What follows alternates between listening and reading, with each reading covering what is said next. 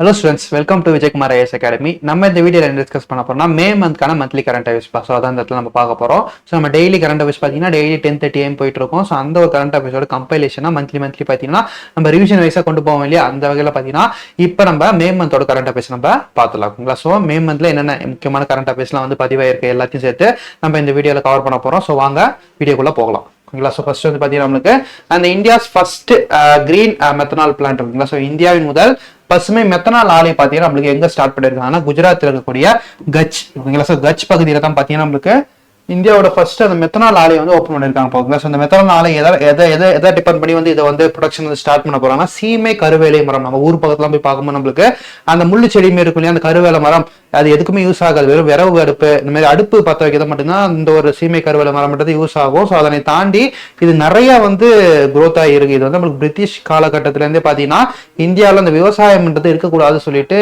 அதை வந்து அந்த ஒரு நிலத்துல ஆக்குபை பண்றதுக்காக பிரிட்டிஷ்காரங்க வந்து பார்த்தீங்கன்னா இந்த சீமை கருவேலை மரம் விதைகளை நிறைய வந்து தூவி விட்டதுனால நம்ம நிறைய வந்து அந்த ஊர் பக்கத்துல அந்த சீமை கருவேலை மரம் நிறைய வந்து பறந்து இருக்கு. ஓகேங்களா. ஸோ இந்த ஒரு சீமை கருவேலை மரத்தை பயன்படுத்தி பார்த்தீங்கன்னா மெத்தனால ப்ரொடியூஸ் பண்ணி இதன் மூலமா பார்த்தீங்கன்னா அந்த நிலக்கரி கோல் க்ரூட் ஆயில் மூலமா வந்து பாத்தீங்கன்னா ப்ரொடியூஸ் பண்ணக்கூடிய அந்த ஃபியூலோட யூசேஜ் கம்மி பண்ணலாம். ஏன்னா வந்து அந்த ஒரு எரிபொருளா பயன்படுத்தும் போது சுற்றுச்சூழலுக்கு நிறைய பாதிப்பு ஏற்படுது இல்லையா. ஸோ இதெல்லாம் தவிர்க்கிற விதமா இந்த சீமை கருவேல மரத்தை யூஸ் பண்ணி மெத்தனால ப்ரொடியூஸ் பண்ணி அது மூலமா அது ஒரு மாற்று எரிபொருளா பயன்படுத்தலாம் சொல்லிட்டு இதற்கான ஒரு ஆலையை நம்மளுக்கு குஜராத்ல கட்சில வந்து ஓபன் பண்ணிருக்காங்க. இதன் மூலமா பாத்தீங்கன்னா நம்மளுக்கு அந்த ஒரு கார்பன் எமிஷன் கார்பன் டை ஆக்சைடுனால வரக்கூடிய அந்த ஆபத்தை 95% வரைக்கும் குறைக்கலாம்னு சொல்லிட்டு இந்த இடத்துல நம்ம பாக்குறோம். ஸோ அடுத்து போயிடலாமா. ஸோ அந்த பிஏக்கு என்ன கேட்டிருக்காங்கன்னா name the plan developed for the innovative low volume fixed model for biogas production by the Vivekananda Kendra of Tamil Nadu. So தமிழக விவேகானந்தா கேந்திராவின் புதிய முறை உயிரி வாயுவினை உற்பத்தி செய்யும் மாதிரி சாதகமானது. ஓகேங்களா. ஸோ இந்த சாதகமானது டேஷ் என்று அழைக்கப்படுகிறது. ஸோ இது bio production. Okay. So methanol பத்தி பார்த்தோம். ஸோ இது பயோகேஸ் ப்ரொடக்ஷன் இது. ஸோ அதை சார்ந்த ஒரு பிஏக்கு கொஸ்டின் அந்த இடத்துல நம்ம பார்க்குறோம். சக்தி சுரபி. ஸோ அடுத்து பார்த்தீங்கன்னா நம்மளுக்கு நியூ ஸ்பீசிஸ் சார்ந்த ஒரு கேள்வி கேட்டிருக்காங்க. ஓகேங்களா. So new fanged frog species discovered. ஓகேங்களா. ஸோ புதிய கோரை பற்கள் கொண்ட தவளை இனத்தை கண்டுபிடிச்சிருக்காங்க. எங்க கண்டுபிடிச்சிருக்காங்க நம்மளுக்கு நம்தாப்பா டைகர் ரிசர்வ். ஓகேங்களா. ஸோ சாங்லான் டிஸ்ட்ரிக்ட்ல இருக்கு. ஸோ நம்தாப்பா அந்த ஒரு டைகர் ரிசர்வ்ன்றது நம்மளுக்கு அருணாச்சல் பிரதேச மாநிலத்தில் இருக்கக்கூடிய ஒரு இடம். பாத்தீங்களா. ஸோ இங்க தான் பார்த்தீங்கன்னா நம்மளுக்கு அந்த புதிய வகை கோரிய பற்களை கொண்ட தவளை வந்து கண்டுபிடிச்சிருக்காங்க. இதுக்கு என்ன பெயர் வச்சிருக்காங்கன்னு சொல்லிட்டு பார்க்கும்போது நம்மளுக்கு லிம்னோநெக்டஸ் மோட்டிஜில் சொல்லிட்டு இந்த இடத்துல நம்ம பார்க்குறோம். எப்பவுமே ஒரு புது ஸ்பீசிஸ் கண்டுபிடிக்கிறாங்க. அந்த ஸ்பீசிஸோட நேம் வந்து பார்த்துக்கணும், எந்த மாநிலம் எந்த டிஸ்ட்ரிக்ட்ல கண்டுபிடிச்சிருக்காங்கன்னு சொல்லிட்டு பார்க்கணும். இது எந்த வகையான விலங்கு, இப்போ கோரை பற்கள் கொண்ட தவளை இல்லையா. ஸோ எந்த வகையான விலங்குன்னு சொல்லிட்டு இந்த 4 இம்பார்ட்டன்ட் பாயிண்ட் மட்டும் தெரிஞ்சாலே போதுமானது. இதை தாண்டி இருந்தது கொஸ்டின் இருந்து வராது. ஓகேங்களா. ஸோ இது எப்படி மாடல் கொஸ்டின் கேட்டிருக்காங்கன்னு சொல்லிட்டு பார்க்கும்போது நம்மளுக்கு இவற்றுள் எது வட சிக்கிம் மாநிலத்தில் உள்ள டீசாங்கோ என்னும் இடத்தில் டிசம்பர் 2021 மாதத்தில் கண்டறியப்பட்ட பட்டாம்பூச்சி இனம். ஸோ இதுக்கான ஆன்சர் நம்மளுக்கு சாக்லேட் ஓர இறக்கை பட்டாம்பூச்சின்னு சொல்லிட்டு இந்த இடத்துல நம்ம பாக்குறோம். அடுத்து பார்க்கும்போது நம்மளுக்கு இந்தியாவின் முதல் தனியார் ஆப்டோசார் செயற்கைக்கோள் ஏவப்பட்டது. ஓகேங்களா. ஸோ ஃபர்ஸ்ட் பாத்தீங்கன்னா இந்தியாவில் வந்து அந்த ஆப்டோசார் செயற்கைக்கோள் வந்து ஏவப்பட்டிருக்கு. ஸோ இது வந்து பாத்தீங்கன்னா நம்மளுக்கு மிஷன் 3 கீழே வந்து பாத்தீங்கன்னா நம்மளுக்கு இந்த வேர்ல்ட்ஸ் ஃபர்ஸ்ட் ஆப்டோசார் சேட்டலைட் வந்து பாத்தீங்கன்னா நம்மளுக்கு ஸ்பேஸ் எக்ஸ் நிறுவனத்தோட வந்து பாத்தீங்கன்னா பார்ட்னர்ஷிப் போட்டு பாத்தீங்கன்னா இந்த சேட்டலைட் ஏவி இருக்காங்க. ஸோ இந்த ஒரு சேட்டலைட் பாத்தீங்கன்னா நம்மளுக்கு மே 3, 2026 லான்ச் பண்ணிருக்காங்க. ஓகேங்களா. ஸோ இந்த ஆப்டோசார்ன்றது பாத்தீங்கன்னா நம்மளுக்கு எதிர் வந்து ஆப்டிக்கல் விஷனா இருக்கும், இல்லைன்னா வந்து பாத்தீங்கன்னா நம்மளுக்கு டைரக்ட் கேமரா விஷனா இருக்கும். இது ரெண்டுத்தையும் கம்பைன் பண்ணி பாத்தீங்கன்னா புது வகையான இந்த ஆப்டோசார் வகையான சேட்டலைட் வந்து பாத்தீங்கன்னா நம்மளுக்கு ஃபர்ஸ்ட் டைம் வந்து பாத்தீங்கன்னா லான்ச் பண்ணிருக்காங்க சொல்லிட்டு இந்த இடத்துல நம்ம பார்க்குறோம். இதோட டோட்டல் வெயிட்ன்றது பாத்தீங்கன்னா நம்மளுக்கு 190 kg பா. So 190 kg. இதுதான் வந்து பாத்தீங்கன்னா India's largest privately developed earth observing satellite சொல்லிட்டு இந்த இடத்துல நம்ம பார்க்குறோம். தனியார் நிறுவனத்தோட பங்கு, அதாவது ஸ்பேஸ் எக்ஸ் நிறுவனம் இருக்கு இல்லையா. ஸோ தனியார் நிறுவனம் தானே இது. ஸோ இந்த ஒரு நிறுவனத்தோட இந்தியா வந்து ஷேர் பண்ணி முதல்ல ரொம்ப வந்து வெயிட்டஸ்ட், ஸோ மிகவும் எடை உள்ள சேட்டலைட்டா இந்த ஒரு சேட்டலைட் ஆப்டோசார் சேட்டலைட் இருக்க போது சொல்லிட்டு பார்க்குறோம். ஸோ இது வந்து பாத்தீங்கன்னா நம்மளுக்கு பெங்களூரை சேர்ந்த கேலக்சி ஐ என்ற ஸ்டார்ட் அப் நிறுவனமும் பாத்தீங்கன்னா இந்த ஒரு பார்ட்னர்ஷிப்ல இருக்காங்க சொல்லிட்டு இந்த இடத்துல நம்ம பார்க்கிறோம். இந்த செயற்கைக்கோளோட மிஷனோட நேம் என்னன்னு நம்மளுக்கு முக்கியமான டேட்டா. ஸோ அது என்ன சொல்லிட்டு பார்க்கணும் நம்மளுக்கு மிஷன் 3. ஓகே. ஸோ மிஷன் 3 திட்டத்தின் கீழே தான் பாத்தீங்கன்னா இந்த ஒரு பர்டிகுலர் இந்தியாவின் முதல் ஆப்டோசார் சேட்டலைட் வந்து பாத்தீங்கன்னா ஸ்பேஸ் எக்ஸ் நிறுவனம் பிளஸ் வந்து பாத்தீங்கன்னா நம்மளுக்கு கேலக்சி ஐ நிறுவனமும் சேர்ந்து வந்து பாத்தீங்கன்னா இந்த ஒரு சேட்டலைட் வந்து லான்ச் பண்ணிருக்காங்க சொல்லிட்டு இந்த இடத்துல நம்ம பார்க்கணும். ஸோ இது சார்ந்த பிஏக்கு என்ன கேட்டிருக்காங்கன்னா EOS-4 earth observation satellite was injected by India's என்ன சேட்டலைட் சொல்லிட்டு கேட்டிருக்காங்க. ஸோ என்ன ஒரு செயற்கைக்கோள் சொல்லிட்டு ராக்கெட் சொல்லிட்டு ஸோ PSLV C-52. ஓகேங்களா. இதுல தான் பாத்தீங்கன்னா அந்த EOS என்ற புவி கண்காணிப்பு அந்த ஒரு செயற்கைக்கோள் வந்து ஏவனாங்க லான்ச் பண்ணாங்க சொல்லிட்டு இந்த இடத்துல நம்ம பார்க்கிறோம். ஸோ அடுத்து வந்து பார்க்கணும் நம்மளுக்கு இந்தியாவின் முதல் விண்வெளி AI தரவு மைய செயற்கைக்கோள். ஓகேங்களா. ஸோ விண்வெளி அந்த ஒரு AI தரவு மைய செயற்கைக்கோளை ஸோ ஏஐயோட டெக்னாலஜியோட அப்டேட் பண்ணி பார்த்தீங்கன்னா அந்த ஒரு செயற்கைக்கோளை வந்து ஏவி இருக்காங்க. பார்க்கலாம் இந்தியாவில் ஃபர்ஸ்ட் டைம் வந்து பார்த்தீங்கன்னா ஏஐ டெக்னாலஜியோட பார்த்தீங்கன்னா நம்மளுக்கு அந்த செயற்கைக்கோளை ஏவி இருக்காங்க. இது வந்து பார்த்தீங்கன்னா நம்மளுக்கு ஃபர்ஸ்ட் ஆர்பிட்டல் டேட்டா சென்டர் இதை வந்து உருவாக்குறதுக்கான ஒரு முன்னெடுப்பான்றது இருக்க போகுது. ஸோ இது வந்து பார்த்தீங்கன்னா நம்மளுக்கு பிக்சல் மற்றும் ஏஐ ஃபிம் சர்வம் ஏஐன்றது இந்திய அரசாங்கத்தால் உருவாக்கப்பட்ட ஒரு ஏஐ சார்ந்த ஒரு செயலி. இந்த ஒரு ஏஐயும் பிளஸ் பிக்சல் என்ற நிறுவனம் பார்த்தீங்கன்னா சேர்ந்து வந்து பார்த்தீங்கன்னா இந்த ஒரு பர்டிகுலர் செயற்கைக்கோள் அதாவது பாத் ஃபைண்டர் என்ற செயற்கைக்கோள் வந்து உருவாக்கி உள்ளனர் சொல்லிட்டு இந்த இடத்துல நம்ம பார்க்குறோம். ஸோ அடுத்து போயிடலாமா? ஸோ அடுத்து பார்த்தீங்கன்னா என்சிஆர்பி ரிப்போர்ட் இருக்குங்களா? ஸோ அந்த ஒரு கிரைம் ரிப்போர்ட் பியூரோ அதில் வரும். ஸோ அந்த வகையில் பார்த்தீங்கன்னா நம்மளுக்கு இவங்க இந்தியாவில் மொத்தம் எவ்வளோ அந்த கிரைம்ன்றது பதிவாயிருக்கு ஓகேங்களா? ஸோ இது சார்ந்த தகவல் வெளியிடக்கூடிய இந்த ஒரு ரிப்போர்ட்ல வெளியிடுவாங்க. அந்த வகையில் இந்தியாவின் ஒட்டுமொத்த குற்ற விகிதம் 6% குறைந்துள்ளதுப்பா. 6% பார்த்தீங்கன்னா அந்த குற்ற விகிதம் குறைந்துள்ளது. ஆனால் சைபரோட குற்றங்கள் 17%, அதாவது சைபர் கிரைம்லாம் இருக்கு இல்லையா, இந்த ஒரு பர்டிகுலர் குற்றங்கள் 17% உயர்ந்துள்ளதுன்னு சொல்லிட்டு இந்தியாவில் லாஸ்ட் இயர்ல சொல்லிட்டு ரிப்போர்ட் ரிலீஸ் பண்ணியிருக்காங்க. இதுல மேக்சிமம் சைபர் கிரைம்ல 72% அளவுக்கு மோசடி, பணம் மோசடி தான் பண்ணியிருக்காங்க சொல்லிட்டு இந்த இடத்துல நம்ம பார்க்கறோம் ஓகேங்களா. அந்த பாத்தீங்கன்னா போதைப் பொருள் அதிகப்படியாக பயன்படுத்தியதால் உயிரிழப்புகளோட எண்ணிக்கை ஓகேங்களா. ஸோ போதைப் பொருள் அடிக்ஷன்னால இது வரைக்கும் இந்த கிரைம்ல 50% பேருக்கு வந்து பாத்தீங்கன்னா உயிரிழப்புன்றது அதிகமா இருக்குன்னு சொல்லிட்டு இந்த இடத்துல நம்ம பார்க்கறோம். இதுல அதிகபட்சமா இந்த ட்ரக் யூசேஜ் ஓகேங்களா. ஸோ அந்த போதைப் பொருள் மூலமா அதிகபட்சமா இறப்புகள் வந்து எந்த மாநிலத்துல பதிவாயிருக்குன்னா நம்மளுடைய தமிழ்நாட்டுல தான் பாத்தீங்கன்னா நம்மளுக்கு அந்த ட்ரக் ரிலேட்டடான இஷ்யூனால அந்த உயிரிழப்புகள் அதிகமாக பதிவாயிருக்குதுன்னு சொல்லிட்டு இந்த இடத்துல நம்ம பார்க்கறோம். ஸோ அது மட்டும் இல்லாம இந்த தினசரி கூலி தொழிலாளர்கள் வந்து பாத்தீங்கன்னா அவங்க வறுமையினால பாத்தீங்கன்னா இந்த சூசைட் பண்றாங்க இல்லையா, இந்த ஒரு ரேட்டும் பாத்தீங்கன்னா இன்க்ரீஸ் ஆயிருக்கு ஓகேங்களா. ஸோ கிட்டத்தட்ட பாத்தீங்கன்னா 3/1 இது உள்ளதுன்னு சொல்லிட்டு இந்த இடத்துல நம்ம பார்க்கறோம். ஒட்டுமொத்த தற்கொலை பண்றதுக்கான ரீசன்ல 3/1 தினசரி கூலிகளோட வறுமையினாலதான் அதிகமா தற்கொலை பண்ற விஷயங்கள் வந்து நடைபெறுதுன்னு சொல்லிட்டு இந்த இடத்துல நம்ம பார்க்கறோம் ஓகேங்களா. ஸோ கிட்டத்தட்ட பாத்தீங்கன்னா 6.6% அளவுக்கு பாத்தீங்கன்னா அரசுக்கு எதிரான குற்றங்கள் இன்க்ரீஸ் ஆயிருக்கு ஓகேங்களா. ஸோ கவர்மெண்ட்டுக்கு அகேன்ஸ்டா வந்து குற்றங்கள் பண்றாங்க இல்லையா, இந்த ஒரு விகிதமும் பாத்தீங்கன்னா நம்மளுக்கு இந்தியாவில வந்து 6.6% அளவுக்கு வந்து உயர்வுக்கு அடைந்துள்ளதுன்னு சொல்லிட்டு இந்த இடத்துல நம்ம பார்க்க. ஸோ இதுவும் பாத்தீங்கன்னா பிஐக்யூ கொஸ்டின் என்சிஆர்பி ரிப்போர்ட் வந்து கேட்டிருக்காங்க. ஸோ எப்படி கொஸ்டின்ஸ் கேட்பாங்கன்னு சொல்லிட்டு பார்க்கும்போது என்சிஆர்பி 2022 அறிக்கைப்படி 2021 ஆண்டின் குடிபோதையில் வாகனம் ஓட்டி உயிரிழப்பதில் எந்த நகரம் முதலிடத்தில் உள்ளது? ஸோ லூதியானா. ஸோ இந்த ஒரு பர்டிகுலர் டேட்டால அந்த ஒரு ட்ரக் ரிலேட்டடான இஷ்யூல அதிகமான உயிரிழப்பு பதிவு செய்யப்பட்ட மாநிலம் தமிழ்நாடு சொல்லிட்டு பார்த்துருமோ இல்லையா, அது ரொம்ப முக்கியமான டேட்டாவா நோட் பண்ணிக்கோங்க. ஸோ அடுத்து போயிடலாமா? சூப்பர் ஓகேங்களா. ஸோ அண்ணாமலை பல்கலைக்கழகம் நிறுவன பேரில் புதிய தாவர இனத்தை கண்டுபிடிச்சிருக்காங்க ஓகேங்களா. ஸோ அண்ணாமலை யூனிவர்சிட்டி ஸ்டூடெண்ட்ஸ் வந்து பாத்தீங்கன்னா ரிசர்ச் பண்ணதுல ஒரு புதிய வகை தாவரத்தை வந்து கண்டுபிடிச்சிருந்தாங்க. ஸோ ஒரு திராட்சை குடும்பத்தை சேர்ந்த ஒரு தாவரம் ஓகேங்களா. ஸோ கிரேப்ஸ் ஃபேமிலியை சேர்ந்த கிரேப் செடி தான் சொல்லிட்டு கண்டுபிடிச்சிருக்காங்க.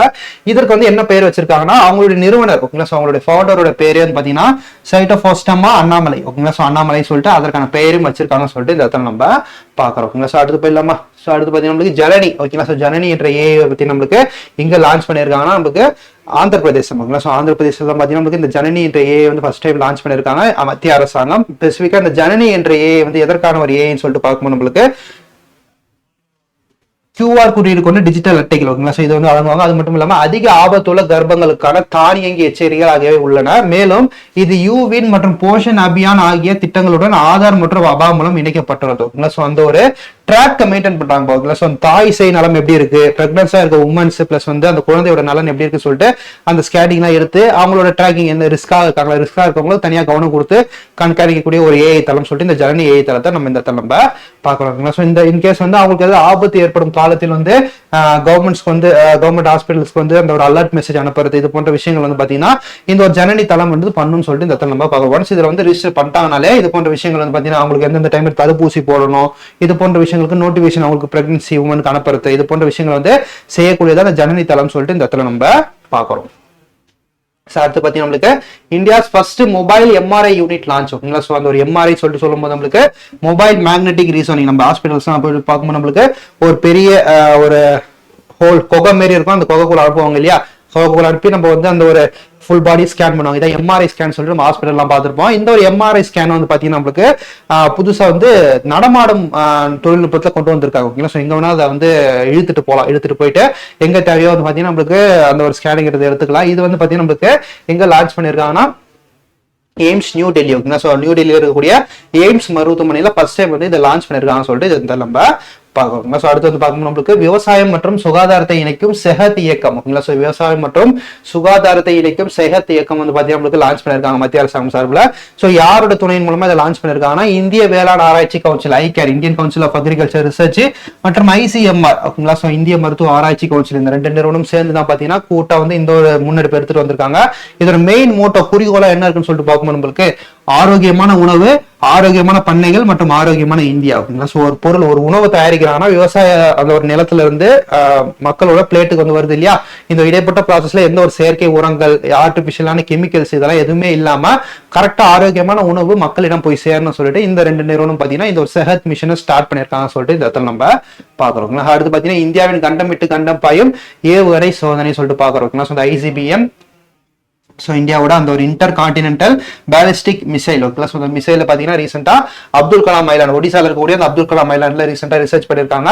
இது வந்து பார்த்தீங்கன்னா 5500 கிலோமீட்டருக்கு அதிகமான தூரம் சென்று தாக்கக்கூடிய அந்த ஒரு கேப்பபிலிட்டி இருக்கக்கூடிய ஒரு மிசைலா இந்த இடத்துல நம்ம பார்க்குறோம். ஸோ அடுத்தது பார்த்தீங்கன்னா நம்மளுக்கு CBI launches Abhay to fight digital scams. ஓகேங்களா. ஸோ டிஜிட்டல் மோசடியை தடுக்க CBI அபாயை அறிமுகம் செய்துள்ளது. ஓகேங்களா. ஸோ நிறைய நிறுவனம், நிறைய டிபார்ட்மெண்ட்ஸ் பார்த்தீங்கன்னா இந்த AI தளத்தை வந்து லான்ச் பண்ணிட்டே வராங்க. இதுவுமே நம்ம வந்து பார்த்து வச்சுக்கணும், எக்ஸாம் பாயிண்ட் ஆஃப் ரொம்ப முக்கியமானதாக இருக்கும்.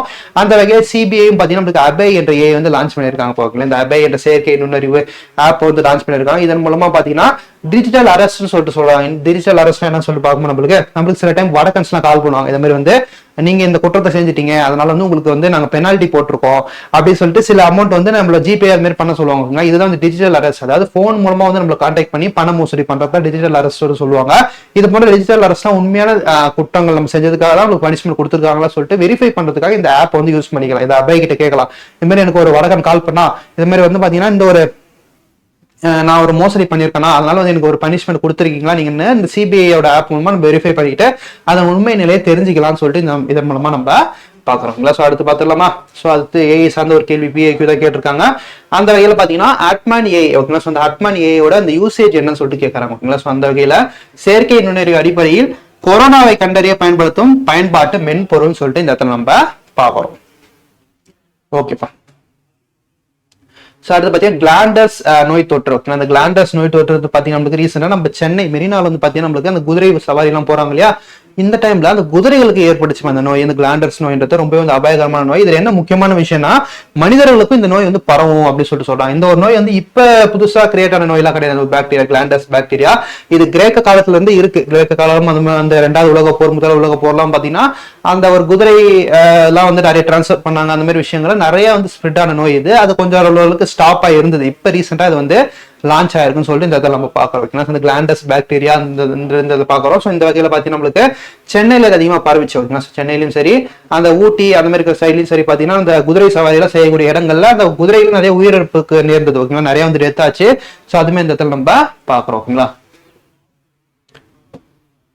ஸோ இந்த ஒரு நோய் வந்துச்சுன்னா என்ன சிம்டம்ஸ் மட்டும் பார்த்துக்கலாம். ஓகேங்களா. ஸோ அந்த என்ன சிம்டம்ஸ் வரும் அப்படின்னு சொல்லிட்டு பார்க்கணும். நம்மளுக்கு இன்கேஸ் இது குதிரைகளுக்கு வந்துச்சுன்னா என்ன சிம்டம்ஸ் படி கண்டுபிடிக்கலாம்னா ஹை ஃபீவர்ன்றது வரும், வெயிட் லாஸ் சீக்கிரமா ஆகும், திக் எல்லோயிஷ் நாஸ்னல் டிஸ்சார்ஜ். ஓகேங்களா. ஸோ மஞ்சள் நிற சளி, மூக்குல இருந்து சளி வரும் இல்லையா, அந்த சளி வந்து பார்த்தீங்கன்னா மஞ்சள் நிறத்துல இருக்குமா. அந்த பார்த்தீங்கன்னா நம்மளுக்கு அல்சரேட்டிவ் நாடல்ஸ். ஓகேங்களா. ஸோ புண்கள் கலந்த கட்டிகள்ன்றது அங்கங்க அந்த குதிரைகளுக்கு வரும்னு சொல்லிட்டு இந்த இதில் நம்ம பார்க்குறோம். இன்கேஸ் இது குதிரைகள் இருந்து மனிதர்களுக்கு பரவிச்சுன்னா என்ன நடக்கும்னா மனிதர்களுக்கு என்னென்ன சிம்டம்ஸ் அதை தெரிஞ்சுக்கலாம்னா skin ulcer or sores, chest pain, இது போன்ற விஷயங்கள் வந்து பாத்தீங்கன்னா ஃபீவர் வித் சில்னஸ், குளிர் காய்ச்சல் போன்ற விஷயங்கள் வந்து மனிதர்களுக்கு வரும் சொல்லிட்டு இந்த இடத்துல நம்ம பாக்குறோம். ஸோ இது சார்ந்த PIQ என்ன கேட்டிருக்காங்கன்னா name the types of genome found in COVID-19 virus. ஓகேங்களா. ஸோ COVID-19 வைரஸில் எந்த மரபு பொருள் உள்ளது அப்படின்னு சொல்லிட்டு கேட்கறாங்க, எந்த DNA இருக்குன்னு சொல்லிட்டு கேட்கறாங்க.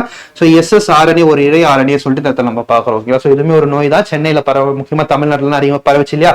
COVID-19 உலகமே வந்து உலுக்கிய ஒரு நோய். ஓகேங்களா. ஸோ அந்த ஒரு நோய் பத்தின ஒரு டீடைல் கேட்டிருக்காங்க. நம்ம ஒரு நோய் பத்தி பார்த்திருக்கோம் இல்லையா, அது மாதிரி வந்து அது சார்ந்த ஒரு கேள்வினால இதை நம்ம எடுத்துட்டு வந்திருக்கோம். ஸோ இது கூட பாத்தீங்கன்னா எபோலா என்ற நோயும் பரவச்சு இல்லையா, எபோலாங்கிற நோய் ஆப்பிரிக்கா நாடுகளில் பரவச்சு. ஸோ இதுவுமே வந்து பார்த்து வச்சுக்கோங்க. ஓகேங்களா. ஸோ அந்த இடத்துல பார்க்குறோம். ஸோ அந்த எபோலா நோய் பார்த்தீங்கன்னா காங்கோ மற்றும் உகாண்டா, சவுத் ஆப்பிரிக்கா, அதாவது ஆப்பிரிக்கா நாடுகளில் பரவிய ஒரு நோய் இது. ஸோ இது வந்து பார்த்தீங்கன்னா நம்மளுக்கு 88க்கும் மேற்பட்டவர்கள் பார்த்தீங்கன்னா இதில் இறந்தாங்க. ஓகேங்களா. ஸோ அதில் பார்த்தீங்கன்னா நம்மளுக்கு 300க்கும் மேற்பட்டோர் ஆபத்தான நிலையில் இருக்கிறதாவும் இந்த டேட்டா எடுத்து ரிலீஸ் பண்ணியிருந்தாங்க. முக்கியமாக வந்து பார்த்தீங்கன்னா நம்மளுக்கு இந்த அரிய மற்றும் ஆபத்தான வகை, அதாவது இந்த எபோலான்ற வைரஸ் வந்து இதுக்கான தடுப்பூசி எல்லாமே இருக்கு. ஆனால் இந்த பரவன நோய் வந்து ஒரு வேறு விதமான வேரியன்ட், அதாவது வேற வகையான ஒரு எபோலா வைரஸ்.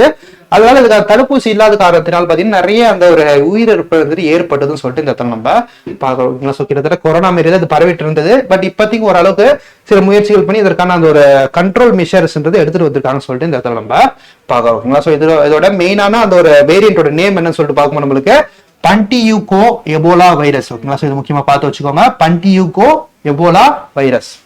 ஸோ உள் ரத்த போக்குடன் கூடிய காய்ச்சல் வந்து இது ஏற்படுத்தும் சொல்லிட்டு இந்த இடத்துல நம்ம பார்க்குறோம். இது வரைக்கும் இதுக்கு வேக்சின் கண்டுபிடிக்கப்படவில்லை. ஓகேங்களா, ஸோ அடுத்து பார்க்கும்போது நம்மளுக்கு Bhopal launches India's first solar power algae tree to first urban pollution. ஓகேங்களா, ஸோ நகரமயமாகுதல் மாசுபாட்டை எதிர்க்க போபாலில் இந்தியாவின் முதல் சூரிய சக்தி பாசி மரம் அறிமுகம் சொல்லிட்டு இந்த இடத்துல நம்ம பார்க்குறோம். ஓகேங்களா, ஸோ அந்த பாசி மரம் ஆல்கேட்ரி என்ன பண்ணுன்னா ஆப்வியஸா செடி என்ன பண்ணும், பிளான்ட் என்ன பண்ணும், அந்த போட்டோசிந்தசிஸ் ப்ராசஸ். ஓகேங்களா, ஸோ அந்த ஒரு போட்டோசிந்தசிஸ் ப்ராசஸ்ல கார்பன் டை ஆக்சைடு அப்சர்வ் பண்ணி ஆக்சிஜனை வெளியே விடும். ஓகேங்களா, ஸோ இதுதான் அந்த ப்ராசஸ். இது இந்த ஒரு டெக்னாலஜி வந்து மெயின்டைன் பண்ணி தான் வந்து இந்த ஒரு புதிய கண்டுபிடிப்பு கண்டுபிடிச்சிருக்காங்க. அதாவது பாசியும் அதே ப்ராசஸ் தான் பண்ணும். ஓகேங்களா, பாசிகள் ஆல்கேஸ் எல்லாம் பார்த்தீங்கன்னா நம்மளுக்கு அந்த போட்டோசிந்தசிஸ் ப்ராசஸ் பண்ணும்போது சுற்று வட்டாரத்தில் இருக்கக்கூடிய அந்த கார்பன் டை ஆக்சைடு இது போன்ற விஷயங்களை அப்சர்வ் பண்ணி அது மூலமா பொல்யூஷன் வந்து கண்ட்ரோல் பண்ணக்கூடிய ப்ராசஸ் தான் இந்த ஒரு டெக்னாலஜி. ஓகேங்களா, ஸோ போபால லான்ச் பண்ணியிருக்காங்க. ஸோ இந்த ஒரு சூரிய சக்தி மூலமா இது வந்து பார்த்தீங்கன்னா சோலார் எனர்ஜி மூலமா அந்த ஹீட்டை வந்து அப்சர்வ் பண்ணி அது மூலமா அந்த ஒரு போட்டோசிந்தசிஸ் ப்ராசஸ் நடத்தி சுற்றி இருக்கக்கூடிய அந்த பொல்யூஷன் வந்து அதாவது கார்பன் டை ஆக்சைடு போன்ற அந்த நச்சு புகைகள் வந்து அப்சர்வ் பண்ணக்கூடிய ஒரு டெக்னாலஜி தான் இந்த ஒரு டெக்னாலஜி. ஸோ எங்க லான்ச் பண்ணியிருக்காங்க நம்மளுக்கு போபால். ஓகேங்களா, ஸோ போபால் வந்து லான்ச் பண்ணியிருக்காங்க. மத்திய பிரதேசத்தில் இருக்கக்கூடிய போபால தான் லான்ச் பண்ணியிருக்காங்கன்னு சொல்லிட்டு இந்த இடத்துல நம்ம பார்க்கறோம். ஸோ போபால் இருக்கக்கூடிய அந்த சுவாமி விவேகானந்தா பார்க். ஓகேங்களா, ஸோ சுவாமி விவேகானந்தா பார்க்ல வந்து இந்த ஒரு டெக்னாலஜி வந்து லான்ச் பண்ணியிருக்காங்கன்னு சொல்லிட்டு இந்த இடத்துல நம்ம பார்க்கறோம். ஓகேங்களா, ஸோ இது சார்ந்த PAQ அதாவது முந்தைய ஆண்டு கேள்வி என்னன்னு சொல்லிட்டு பார்க்கும்போது நம்மளுக்கு name the application recommended by the central pollution board of India to know about the quality of air. ஓகேங்களா, ஸோ காற்றின் தரத்தை கண்டறிய மத்திய மாசு கட்டுப்பாட்டு வாரியத்தால் வெளியிடப்பட்ட செயலி. ஓகேங்களா, ஸோ இதுவும் அது இந்த பொல்யூஷன் கண்ட்ரோல் மெஷர்ஸ் மாதிரியே இருக்கு இல்லையா, அதனால தான் இந்த கொஸ்டின் எடுத்துட்டு வந்திருக்கோம். ஸோ இதுக்கான ஆன்சர் வந்து நம்மளுக்கு சமீர்.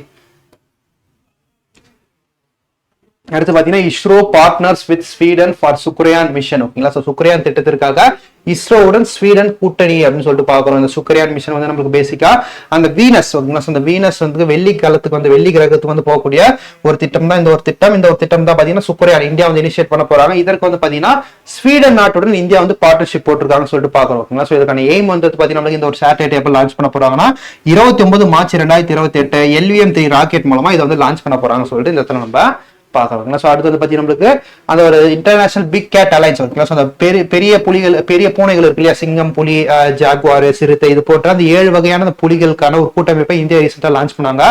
அந்த ஒரு கூட்டமைப்பு பத்தி ஒரு மீட்டிங் பார்த்தீங்கன்னா ஒரு ஜூன் மாசம் நடத்துறத ஒரு பிளான் வந்து போட்டிருந்தாங்க. ஆனா வந்து அந்த ஆப்பிரிக்கால அந்த ஒரு பரவிட்டு இருந்த அந்த எபோலா வைரஸ் மூலமா ஆப்பிரிக்கால இருந்து மெம்பர்ஸ் வந்து இங்க வர்றதுனால அந்த ஒரு நோய் வந்து ஈஸியா நம்ம இந்தியாவில் பரவிடும் சொல்லிட்டு அதனால வந்து இந்த ஒரு மீட்டிங்கை கேன்சல் பண்ணிருப்பாங்க.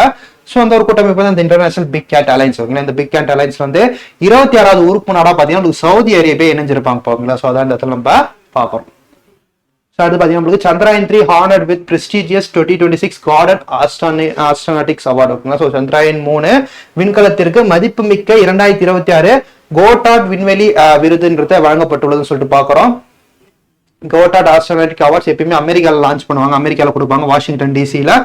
இது வந்து பாத்தீங்கன்னா நம்மளுக்கு இந்தியாவோட அந்த சந்திராயன் 3 அதோட வெற்றியை தொடர்ந்து, ஏன்னா வந்து அந்த சவுத் போல் இருக்குங்களா தென் துருவத்துல முதல் டைமா வந்து பாத்தீங்கன்னா நம்மளுக்கு ஒரு உலக செயற்கைக்கோள் நிறுவனம் அந்த இடத்துல ஒரு சேட்டலைட்டை லான்ச் பண்ணனால வந்து அதை பெருமைப்படுத்துற விதமா இந்த அமெரிக்கா நாட்டோட அந்த கோடாட் ஆஸ்ட்ரோநாட்டிக் அவார்டு வந்து அந்த ஒரு சந்திராயன் 3 என்ற ராக்கெட் லான்ச் பண்ணவங்களுக்கு வந்து இஸ்ரோக்கு வந்து தந்திருக்காங்கன்னு சொல்லிட்டு இந்த இடத்துல நம்ம பாக்குறோம்.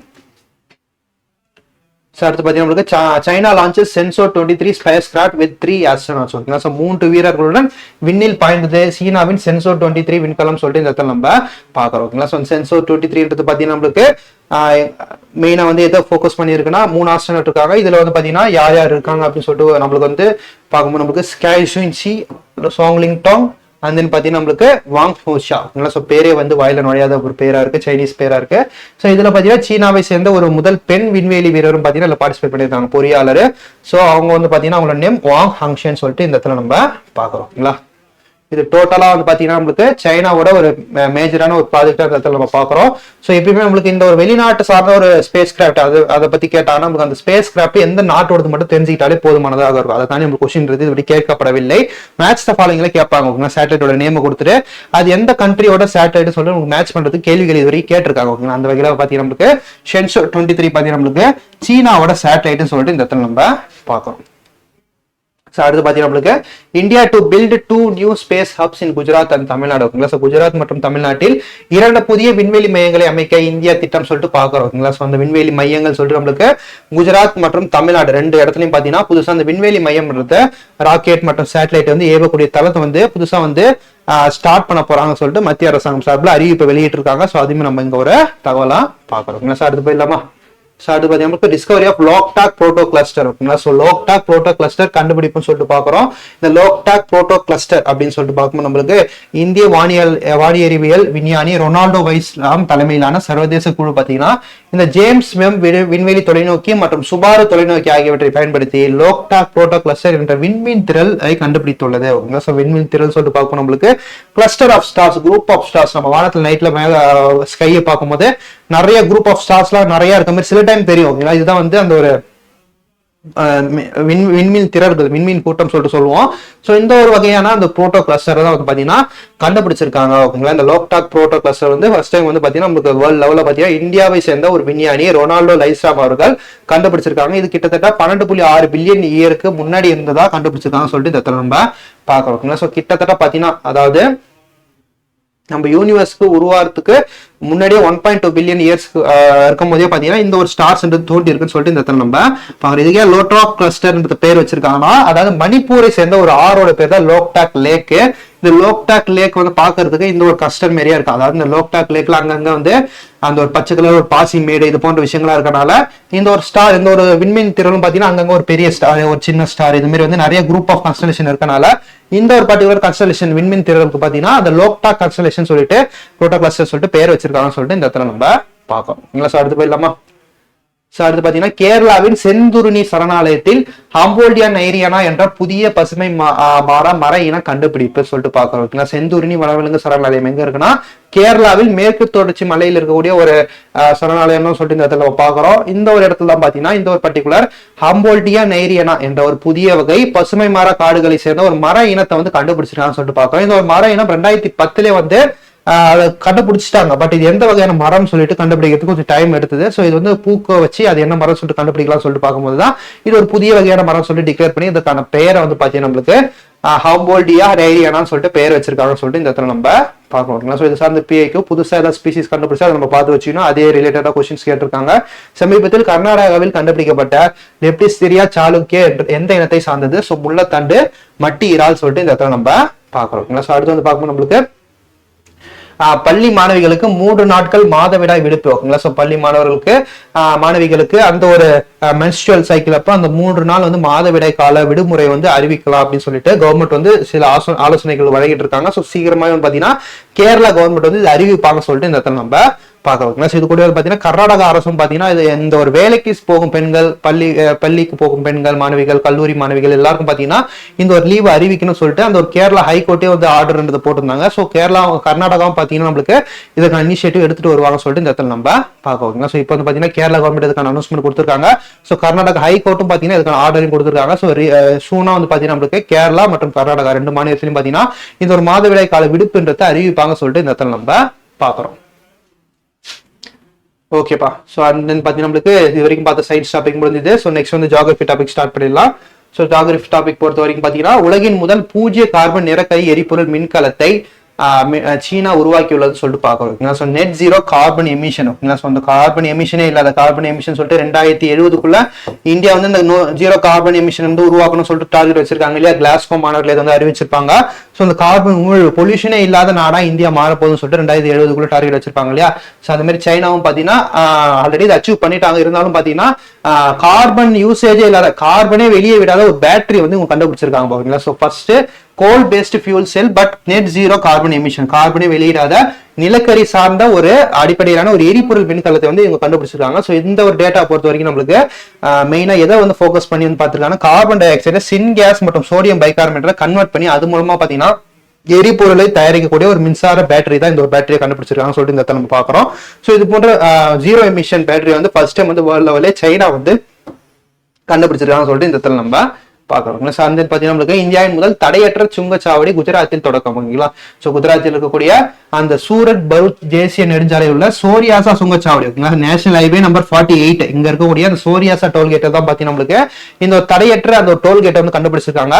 இது வந்து பாத்தீங்கன்னா ஃபுல்லி ஏஐ டெக்னாலஜி பேஸ்டா கண்டுபிடிச்சிருக்காங்க. ஓகேங்களா? ஒன்ஸ் வந்து அந்த வண்டிகள் அங்க நிக்க வேண்டிய அவசியம் இருக்காது. டக்கு டக்கு டக்குன்னு பாத்தீங்கன்னா அந்த ரோட்ல போற ஸ்பீட்லயே வந்து பாத்தீங்கன்னா கிராஸ் ஆகி போகும்போது ஆட்டோமேட்டிக்கா அந்த ஏஐ வந்து அவங்களோட வண்டி நம்பர்ல இருக்க அந்த ஒரு ஃபாஸ்டாக ஸ்கேன் பண்ணி அந்த டோல் அமௌண்ட் வந்து எடுத்துக்கும்னு சொல்லிட்டு இந்த இடத்துல நம்ம பாக்குறோம். ஃபர்ஸ்ட் டைம் வந்து இந்தியாவில் இது போன்ற டெக்னாலஜி வந்து பாத்தீங்கன்னா நம்மளுக்கு Choryasi toll plaza national highway number 48 Surat Bharuch குஜராத்ல வந்து கண்டுபிடிச்சிருக்காங்கன்னு சொல்லிட்டு ஓபன் பண்ணிருக்காங்கன்னு சொல்லிட்டு இந்த இடத்துல நம்ம பாக்குறோம். அடுத்து வந்து பார்க்கணும் நம்மளுக்கு ஹர்முஸ் நீரிணை முடக்கத்தை முறியடிக்க ப்ராஜெக்ட் ஃப்ரீடம் சொல்லிட்டு சொல்லியிருக்காங்க. பாத்தீங்கன்னா இந்த ப்ராஜெக்ட் ஃப்ரீடம் அப்படின்னு சொல்லிட்டு பார்க்கும்போது நம்மளுக்கு இந்த ஹர்முஸ் நீரிணை, ஓகேங்களா, அந்த ஹர்முஸ் நீரிணை பாத்தீங்கன்னா நம்மளுக்கு ஈரானுக்கு சொந்தமான ஒரு நீரிணை. இது வந்து பாத்தீங்கன்னா அமெரிக்காவுக்கும் ஈரானுக்கும் போர் நடக்கிறதுனால இந்த ஒரு நீரிணையை மூடி வச்சுட்டாங்க. இந்த மூடி வச்சிட்டனால பாத்தீங்கன்னா நம்மளுக்கு அந்த ஒரு போக்குவரத்துன்றது ரொம்பவே பாதிக்கப்பட்டு அதனால அந்த எண்ணெய் ஏற்றுமதி இறக்குமதி பிசினஸுமே ரொம்ப லாஸ் ஆயிடுச்சு. ஸோ இந்த ஒரு லாஸேஜ் அந்த ஒரு பக்கம் போற எல்லா எண்ணெய் கப்பல்கள் எல்லாத்தையும் பாத்தீங்கன்னா ஈரான் வந்து அட்டாக் பண்ண ஸ்டார்ட் பண்ணாங்க. ஓகேங்களா? அந்த ஒரு அட்டாக் பண்ண ஸ்டார்ட் பண்ணாங்க. ஸோ இந்த ஒரு தாக்குதலை பாதுகாக்கணும்னு சொல்லிட்டு அமெரிக்கா என்ன பண்ணாங்கன்னா ஈரான் முடக்கியுள்ள ஹர்முஸ் நீரிணையை மீண்டும் திறக்க அமெரிக்கா ப்ராஜெக்ட் ஃப்ரீடம் என்ற திட்டத்தை தொடங்கியது. ஓகேங்களா? தொடங்கியது. இதன் மூலம் 2 சரக்கு கப்பல்கள் ராணுவ பாதுகாப்போட அந்த பகுதியை கடந்து சென்றன. ஓகேங்களா? அந்த ஒரு அமெரிக்க கப்பல்கள் எண்ணெய் ஏற்றி கொண்டு செல்லக்கூடிய அந்த அமெரிக்க கப்பல்களை அந்த ஹர்முஸ் நீரிணை வழியா பாதுகாப்போட பாத்தீங்கன்னா எடுத்துட்டு வரணும்னு சொல்லிட்டு அமெரிக்காவோட அந்த ஒரு மிலிட்டரி ஃபோர்ஸ் கூட போனாங்க பாதுகாப்புக்கு. ஸோ அந்த ஒரு திட்டத்தோட பேர் தான் நம்மளுக்கு ப்ராஜெக்ட் ஃப்ரீடம் சொல்லிட்டு இந்த இடத்துல நம்ம பாக்குறோம். அடுத்து பாத்தீங்கன்னா Bangladesh urges India to finalise Teesta water pact. அந்த தீஸ்தா வாட்டர் பேக் சொல்லிட்டு மேற்கு வங்க தேர்தல் ரீசெண்டா வந்து வெஸ்ட் பெங்கால் எலெக்ஷன்ல பிஜேபி வின் பண்ணிட்டாங்க இல்லையா? பிஜேபி வின் பண்ணி கவர்மெண்ட் சேஞ்ச் ஆயிட்டது. இதனால வந்து பாத்தீங்கன்னா வெஸ்ட் பெங்கால் ஒட்டி இருக்கு. அதாவது இதுதான் அந்த தீஸ்தா ரிவர் கான்செப்ட். ஓகேங்களா? ஸோ இந்த ரிவர் இந்த ரிவர் வந்து பாத்தீங்கன்னா பெங்களாதேஷ், சிக்கிம், வெஸ்ட் பெங்கால்லாம் கடந்து வந்து பாத்தீங்கன்னா நம்மளுக்கு இந்த ரிவர்ன்றது போயிட்டு இருக்கும். இந்த ஒரு ரிவருக்கான ஷேர் வந்து கரெக்டா இது வரைக்கும் கொடுக்கப்படல. பெங்களாதேஷ்க்கு எவ்வளவு யூஸ் பண்ணோம், இந்தியாவுக்கு வந்து எவ்வளவு யூசேஜ் இருக்கு சொல்லிட்டு ப்ராப்பரா இன்ன வரைக்கும் அந்த பிரிவினைன்றது ஏற்படுத்தவில்லை. ஸோ அதனால வந்து இதுக்கான ப்ராப்பரான ஒரு ப்ராசஸ், ஒரு ட்ரீட்டி, ஒரு பேக்ட் வந்து போடணும்னு சொல்லிட்டு பிஜேபி கவர்மெண்ட் வந்து புதுசாக கொண்டு வந்துட்டாங்கன்னு பார்த்தீங்கன்னா புதுசா வந்து அந்த இனிஷியேட்டிவ் வந்து பங்களாதேஷ் அரசாங்கம் சார்பில் வந்து எடுத்திருக்காங்க சொல்லிட்டு இந்த இடத்துல நம்ம பார்க்கலாம். இதுதான் வந்து இந்த தீஸ்தா ரிவர். இதுல நம்மளுக்கு கொஸ்டின் எப்படி கேட்பாங்கன்னா இந்த தீஸ்தா ரிவரோட பேக்ட் என்ன, அதை பத்தி கேட்கக்கூடிய வாய்ப்பு அதிகமா இருக்கு. ஓகேங்களா? ஸோ இது வந்து பாத்தீங்கன்னா 2011 காலகட்டத்துல இருந்து இந்த ஒரு பேச்சுவார்த்தை போயிட்டு இருக்கு. ஆனா இது வரைக்கும் பாத்தீங்கன்னா இந்த ஒரு ட்ரீட் எடுத்து போடப்படவில்லை. பல விதமான அந்த பர்டிகுலர் அந்த வெஸ்ட் பெங்கால் சேர்ந்த அந்த ஒரு அரசாங்கம் எதிர்த்தனால பாத்தீங்கன்னா இந்த ஒரு ட்ரீட் எடுத்து போடப்படவில்லை. ஸோ சிம்பிளா நம்ம கேட்டுருவாங்க தீஸ்தா வாட்டர் அந்த ஒரு அக்ரிமெண்ட்ன்றது எந்த 2 நாடுகளுக்கு இடைப்பட்ட அந்த ஒரு ஒப்பந்தம் சொல்லிட்டு கேட்கலாம். ஓகேங்களா? இது எடுத்தாலும் நம்மளுக்கு இந்தியாவுக்கும் பங்களாதேஷுக்கும் இடைப்பட்ட அந்த ஒரு அக்ரிமெண்ட் சொல்லிட்டு நம்ம சொல்லலாம். ஓகேங்களா? அது பாத்தீங்கன்னா official launch of south coast railway zones. ஓகேங்களா? ஸோ தெற்கு கடற்கரை ரயில்வே மண்டலம் அதிகாரப்பூர்வமாக அறிவிப்பு. ஓகேங்களா? ஸோ ஜூன் 1 முதல் பாத்தீங்கன்னா இது வந்து அதிகாரப்பூர்வமாக அமலுக்கு வரப்போகுது, அமலுக்கு வந்துருச்சு. ஓகேங்களா? என்ன ஒரு ஹெட் குவார்டர்ஸ் சொல்லிட்டு பார்க்கும்போது நம்ம ஜாகிரபி புக்லேயே பார்த்துப்போம், 10th ஸ்டாண்டர்ட் ஜாகிரபி புக்லேயே பார்த்துருப்போம். இந்த ஒரு ஹெட் குவார்டர்ஸ் அதெல்லாம் படிச்சிருப்போம் இல்லையா? ஸோ அது இது வரைக்கும் பார்த்தீங்கன்னா 17 தான் இருந்திருக்கும். ஓகேங்களா? ஒன்லி 17 தான் இருந்திருக்கும். ஸோ 18 தான் பார்த்தீங்கன்னா நம்மளுக்கு விசாகப்பட்டினத்தில் லான்ச் பண்ணியிருப்பாங்க. ஓகேங்களா? 18 தான் பார்த்தீங்கன்னா நம்மளுக்கு விசாகப்பட்டினத்தை லான்ச் பண்ணியிருப்பாங்க. ஸோ விசாகப்பட்டினம் பார்த்தீங்கன்னா ஆந்திர பிரதேசத்தில் இருக்கக்கூடிய ஒரு இடம். இது வந்து பார்த்தீங்கன்னா 18வது ரயில்வே மண்டலத்தோட தலைமையகமா இருக்க போகுதுன்னு சொல்லிட்டு இந்த இடத்துல நம்ம பார்க்கணும். ஓகேங்களா? ஸோ சவுத் கோஸ்ட் ரயில்வே இதுதான் புதுசாக தொடங்கப்பட்ட அந்த ஒரு ரயில்வே மண்டலம், சவுத் கோஸ்ட் ரயில்வே தெற்கு கடற்கரை ரயில்வே மண்டலம். இதற்கான தலைமையகம் நம்மளுக்கு விசாகப்பட்டினம் இருக்க போகுதுன்னு சொல்லிட்டு பார்க்குறோம். ஓகேங்களா? ஜூன் 1 முதல் இதற்கான ஒப்பந்தம் இம்ப்ளிமெண்ட் பண்ண போறாங்கன்னு சொல்லிட்டு இந்த இடத்துல நம்ம பார்க்குறோம். பார்த்தீங்கன்னா நம்மளுக்கு India second barrierless tolling system launch. ஓகேங்களா? ஸோ நம்ம ஆல்ரெடி வந்து பார்த்தீங்கன்னா இந்த சோரியாசா குஜராத்ல இருந்து பார்த்துருப்போம் டோலிங் பிளாசா தடையற்ற அந்த ஒரு சுங்கச்சாவடின்னு சொல்லிட்டு. ஸோ அதே மாடலை ஃபாலோ பண்ணி 2வது வந்து ஸ்டார்ட் பண்ணியிருப்பாங்க. எங்க ஸ்டார்ட் பண்ணியிருப்பாங்கன்னா நம்மளுக்கு டெல்லியில இருக்கக்கூடிய மல்டி லேன் ஃப்ரீ ஃப்ளோ எனப்படும் தடையற்ற சுங்க வசூல் முறையை தொடங்கி வைத்தா சொல்லிட்டு இந்த இடத்துல நம்ம பார்க்குறோம். சோ பாத்தீங்கன்னா நம்மளுக்கு இந்த திட்டம் நகர்ப்புற விரிவாக்க சாலை 2 உள்ள முன்டாகா பகர்வாலா சுங்கச்சாவடியில் அமைக்கப்பட உள்ளது. ஓகேங்களா? சோ இது ஆல்ரெடி தொடங்கப்பட்ட சோரியாசா சுங்கச்சாவடிக்கு அடுத்தது 2வதா தொடங்கப்படுற அந்த ஒரு சுங்கச்சாவடின்னு சொல்லிட்டு இந்த இடத்துல நம்ம பாக்குறோம். அடுத்து பார்த்தீங்கன்னா 2024 இந்தியாவின் தங்கம் நுகர்வு வளர்ச்சி. ஓகேங்களா? ஸோ தங்க நுகர்வு வளர்ச்சின்னு சொல்லிட்டு பாக்குறோம். அதிகமா அந்த தங்கத்தை வந்து இம்போர்ட் பண்ணக்கூடிய நாடா இந்தியா வந்து மாறிட்டு வராங்க. இதனால தங்கம் வந்து ஒரு சைலண்ட் மணியா இருக்கு. இப்போ வந்து ஒரு வீட்டை தங்கம் வாங்குறாங்கன்னா அது எடுத்தோடனே வேற ஒரு கைக்கு மாற போறது கிடையாது. அது லாக்கர்ல தான் தூங்கிட்டு இருக்கும். அதாவது ரொம்ப சோம்பேறியான வெல்த், ரொம்ப சோம்பேறியான செல்வம்ன்றது சொல்லும் போது நம்மளுக்கு தங்கம் தான். ஏன்னா தங்கம் வந்து நம்மளுக்கு கை மாற போறது இல்லை அதிகமா. அது ஒன்ஸ் வாங்கிட்டா ஒன்ஸ் வெளியே எங்கன்னா போகும்போது மட்டும் தான் அதை யூஸ் பண்ணும். அதுவும் வந்து அழகுக்கு மட்டும் தான் யூஸ் பண்றது. ஓகேங்களா? ஒரு இப்போ வந்து ஒரு சவரன் எவ்வளவு விற்கிது, கிட்டத்தட்ட 1 lakh மேல போகுது இல்லையா, 1,18,000 கிட்ட இருக்கு இல்லையா. ஸோ அந்த அளவுக்கு ஒர்த்துள்ள ஒரு மணி வந்து பாத்தீங்கன்னா நம்மளுக்கு எக்கனாமியில ஈடுபாடு இல்லாம இன்க்ளூட் ஆகாம அது வந்து தூக்கிட்டு இருக்கு வீட்டுல லாக்கர்ல. இது போன்ற விஷயங்கள் தவிர்க்கணும்னு பாத்தீங்கன்னா நம்மளுக்கு பிரைம் மினிஸ்டர் அவர்கள் அந்த கோல்டு வாங்குற ரேட்டை குறைச்சிட்டு அது மேல மணி மேல இன்வெஸ்ட் பண்ணுங்க அப்படின்னு சொல்லிட்டு நிறைய அட்வைஸை மக்களுக்கு கொடுத்திருப்பாரு. இதனால வந்து பாத்தீங்கன்னா நம்மளுக்கு கோல்டுக்காக தான் மேஜரா நம்ம US டாலர் தான் வந்து பின்பற்றி இருக்கோம், டிபெண்ட் பண்ணி இருக்கோம். ஓகேங்களா, US டாலர் மூலமா தான் பாத்தீங்கன்னா நம்மளுக்கு வெளிநாட்டுல இருந்து அந்த எரிபொருளா இருக்கட்டும், இந்த தங்கமா இருக்கட்டும் எல்லாமே ஏற்றுமதி பண்ணிட்டு இருக்கோம். எவ்வளவுக்கு எவ்வளவு நம்ம US டாலரை பயன்படுத்தி நம்ம வந்து அந்த ஒரு டிரான்ஸ்போர்ட்ன்றது பண்ணிட்டு இருக்கோமோ, இம்போர்ட் எக்ஸ்போர்ட்ன்றது பண்ணிட்டு இருக்கோமோ, அந்த அளவுக்கு ஒரு பக்கம் இந்திய ரூபாயோட மதிப்பு குறைஞ்சிக்கிட்டே போகும். இந்திய ரூபாயோட மதிப்பு இப்ப பாத்தீங்கன்னா ரொம்ப 100க்கு மேல போயிடுச்சு. அதாவது ஒரு டாலரோட மதிப்பு 100 ரூபாய்க்கு மேல ஈக்குவலா போயிட்டு இருக்கு. ஒரு காலகட்டத்துல 60 ரூபா 50 ரூபா இருந்தது, இப்ப 100 ரூபாய் கிட்ட போயிடுச்சு. இந்த ஒரு ரேட் வந்து குறைய குறைய நம்மளோட விலைவாசின்றது அதிகமா போயிட்டே இருக்கும். ஸோ இதெல்லாம் வந்து கால்குலேட் பண்ணி தான் நம்மளுடைய பிரைம் மினிஸ்டர் அவர்கள் எரிபொருள் எதுவுமே பண்ண முடியாது, எரிபொருள் அன்றாட தேவை, அதனால வந்து கோல்டு வாங்குற ரேட்டை நம்ம குறைச்சிக்கலாம்னு சொல்லிட்டு ஒரு அட்வைஸையும் கொடுத்திருப்பாரு சொல்லிட்டு இந்த இடத்துல நம்ம பார்க்கிறோம். அந்த வகையில் 2024 ஆண்டில் 802.8 டன் தேவையுடன் உலகின் 2வது மிகப்பெரிய தங்க நுகர்வோர் நாடாக உருவெடுத்துள்ளது இந்தியான்னு சொல்லிட்டு இந்த இடத்துல நம்ம பார்க்கிறோம்.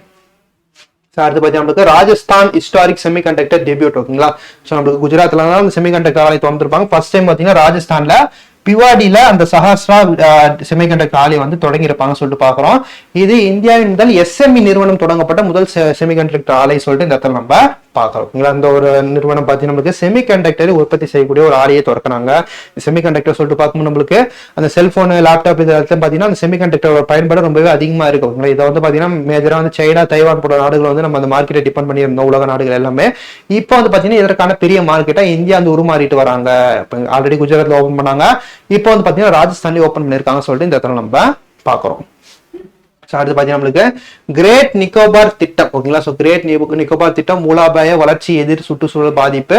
ஸோ இந்த கிரேட் நிக்கோபார் திட்டம் சொல்லிட்டு பார்க்கும்போது நம்மளுக்கு அந்த ஒரு நிக்கோபார் தீவு இருக்கு இல்லையா, கிரேட் நிக்கோபார் தீவு இருக்கு இல்லையா, இங்க வந்து பாத்தீங்கன்னா நிறைய அந்த ஒரு சைனாவோட கப்பல் படைகள்லாம் வந்து நிறைய நடமாட்டங்கள் இருக்காங்க. ஸ்ரீலங்காவோட அக்ரிமெண்ட் போட்டு சைனாவோட கப்பல் படையெல்லாம் வந்து பாத்தீங்கன்னா நம்மளுக்கு நடமாட்டத்தில் இருக்கனால நம்மளுக்கு வந்து அச்சுறுத்தல் ஏற்படுதுன்னு சொல்லிட்டு அந்த நிக்கோபார் ஐலாண்ட் வந்து பாத்தீங்கன்னா ஒரு ராணுவ தளத்தை உருவாக்கலாம், பிளஸ் வந்து அங்க ஏர்போர்ட் ஃபெசிலிட்டி எல்லாம் இம்ப்ரூவ் பண்ணலாம் சொல்லிட்டு ப்ராஜெக்ட் கொண்டு வரதான் மத்திய அரசாங்கம் சார்பாக கொண்டு வந்தாங்க. பட் ஆனா இதனால என்ன விஷயம் நடக்கும்னா அங்க இருக்க நிறைய காடுகள் அழிக்கப்படும், அங்க இருக்கக்கூடிய பர்டிகுலர் லோக்கல் பழங்குடியினர் ரொம்ப வந்து இதனால பாதிக்கப்படுவாங்க சொல்லிட்டு அங்க இருக்கக்கூடிய பழங்குடியினர்கள் போயிட்டு கல்கத்தா ஹைகோர்ட்ல வந்து கேசஸ் என்றதை போட்டிருக்காங்க. ஸோ அதை சார்ந்த ஒரு செய்தி தான் இது. ஏன்னா அந்த நிக்கோபார் தீவுக்கு தனியாக ஒரு ஹைகோர்ட் கிடையாது, இது வந்து பாத்தீங்கன்னா நம்மளுக்கு கல்கத்தா ஹைகோர்ட் கண்ட்ரோல்ல தான் இருக்கு. அதனால வந்து பாத்தீங்கன்னா அந்த ஒரு கேசஸ் வந்து அங்க ஃபைல் பண்ணியிருக்காங்க. ஸோ அதை சார்ந்த ஒரு செய்தி தான் இது. இந்த ஒரு திட்டம் கொண்டு வந்தா கிட்டத்தட்ட 130க்கும் மேற்பட்ட அந்த ஒரு காடுகள், ஸ்கொயர் கிலோமீட்டர் காடுகள் அழிக்கப்படும். அது மட்டும் இல்லாம 7.11 லட்சம் மரங்கள் வந்து அழிக்கப்படும் சொல்லிட்டு அதற்கான ஒரு விஷயம். அது மட்டும் இல்லாம இந்த ஒரு பர்டிகுலர் ஏரியால இருக்கக்கூடிய அந்த லெதர்பேக் கடல் ஆமைகளும் பாத்தீங்கன்னா அழியக்கூடிய நிலைக்கு ஏற்படும் சொல்லிட்டு அந்த ஒரு பழங்குடியெல்லாம் சேர்ந்து பாத்தீங்கன்னா அந்த ஒரு கேசஸ் எடுத்து போட்டிருக்காங்க. ஸோ இதுவே வந்து ரொம்ப முக்கியமான டேட்டாவை இந்த இடத்துல நம்ம பார்க்கிறோம். இந்த ஒரு பர்டிகுலர் பழங்குடியினரோட பேர் வந்து நம்மளுக்கு ரொம்ப முக்கியமானதாக இருக்கும். ஸோ சோம்பேன் மற்றும் நிக்கோபாரிஸ் பழங்குடியினர். ஸோ இந்த 2 பழங்குடியினர்கள் தான் வந்து இந்த ஒரு பர்டிகுலர் நிக்கோபார் தீவுல அதிகமாக வாழக்கூடியவர்கள் சொல்லிட்டு இந்த இடத்துல நம்ம பார்க்கிறோம். அது பாத்தீங்கன்னா இந்தியாவின் செயற்கைக்கோள் தயாரிப்பை தொடங்கும் ICEOI நிறுவனம். ஓகேங்களா, ICEOI நிறுவனம், இந்த ஒரு நிறுவனம் பாத்தீங்கன்னா நம்மளுக்கு முதல் தனியார் நிறுவனமா பாக்குறோம். ஓகேங்களா, இவங்க வந்து பாத்தீங்கன்னா செயற்கைக்கோள் தயாரிப்பை பாத்தீங்கன்னா இந்தியாவில வந்து ஸ்டார்ட் பண்ண போறாங்க அப்படின்னு சொல்லிட்டு இந்த இடத்துல நம்ம பாக்குறோம். அடுத்து பாத்தீங்கன்னா நம்மளுக்கு நார்வேயில் நடைபெறும் 3வது இந்தியா நார்டிக் உச்சி மாநாட்டில் பிரதமர் மோடி பங்கேற்புன்னு சொல்லிட்டு பாக்குறோம். ஸோ May 19 இந்த ஒரு ஈவெண்ட் நடந்தது. எங்க நடந்துச்சுன்னா நார்வேயோட கேபிட்டலான ஆஸ்லோல தான் நடைபெற்றது. ஓகேங்களா, நார்வேயோட கேபிட்டலான ஆஸ்லோல நடைபெற்றது. So India Norway. ஓகேங்களா, ஸோ இந்த நார்டிக் கூட்டமைப்பு 3வது மாநாட்டு நடைபெற்றிருக்கு.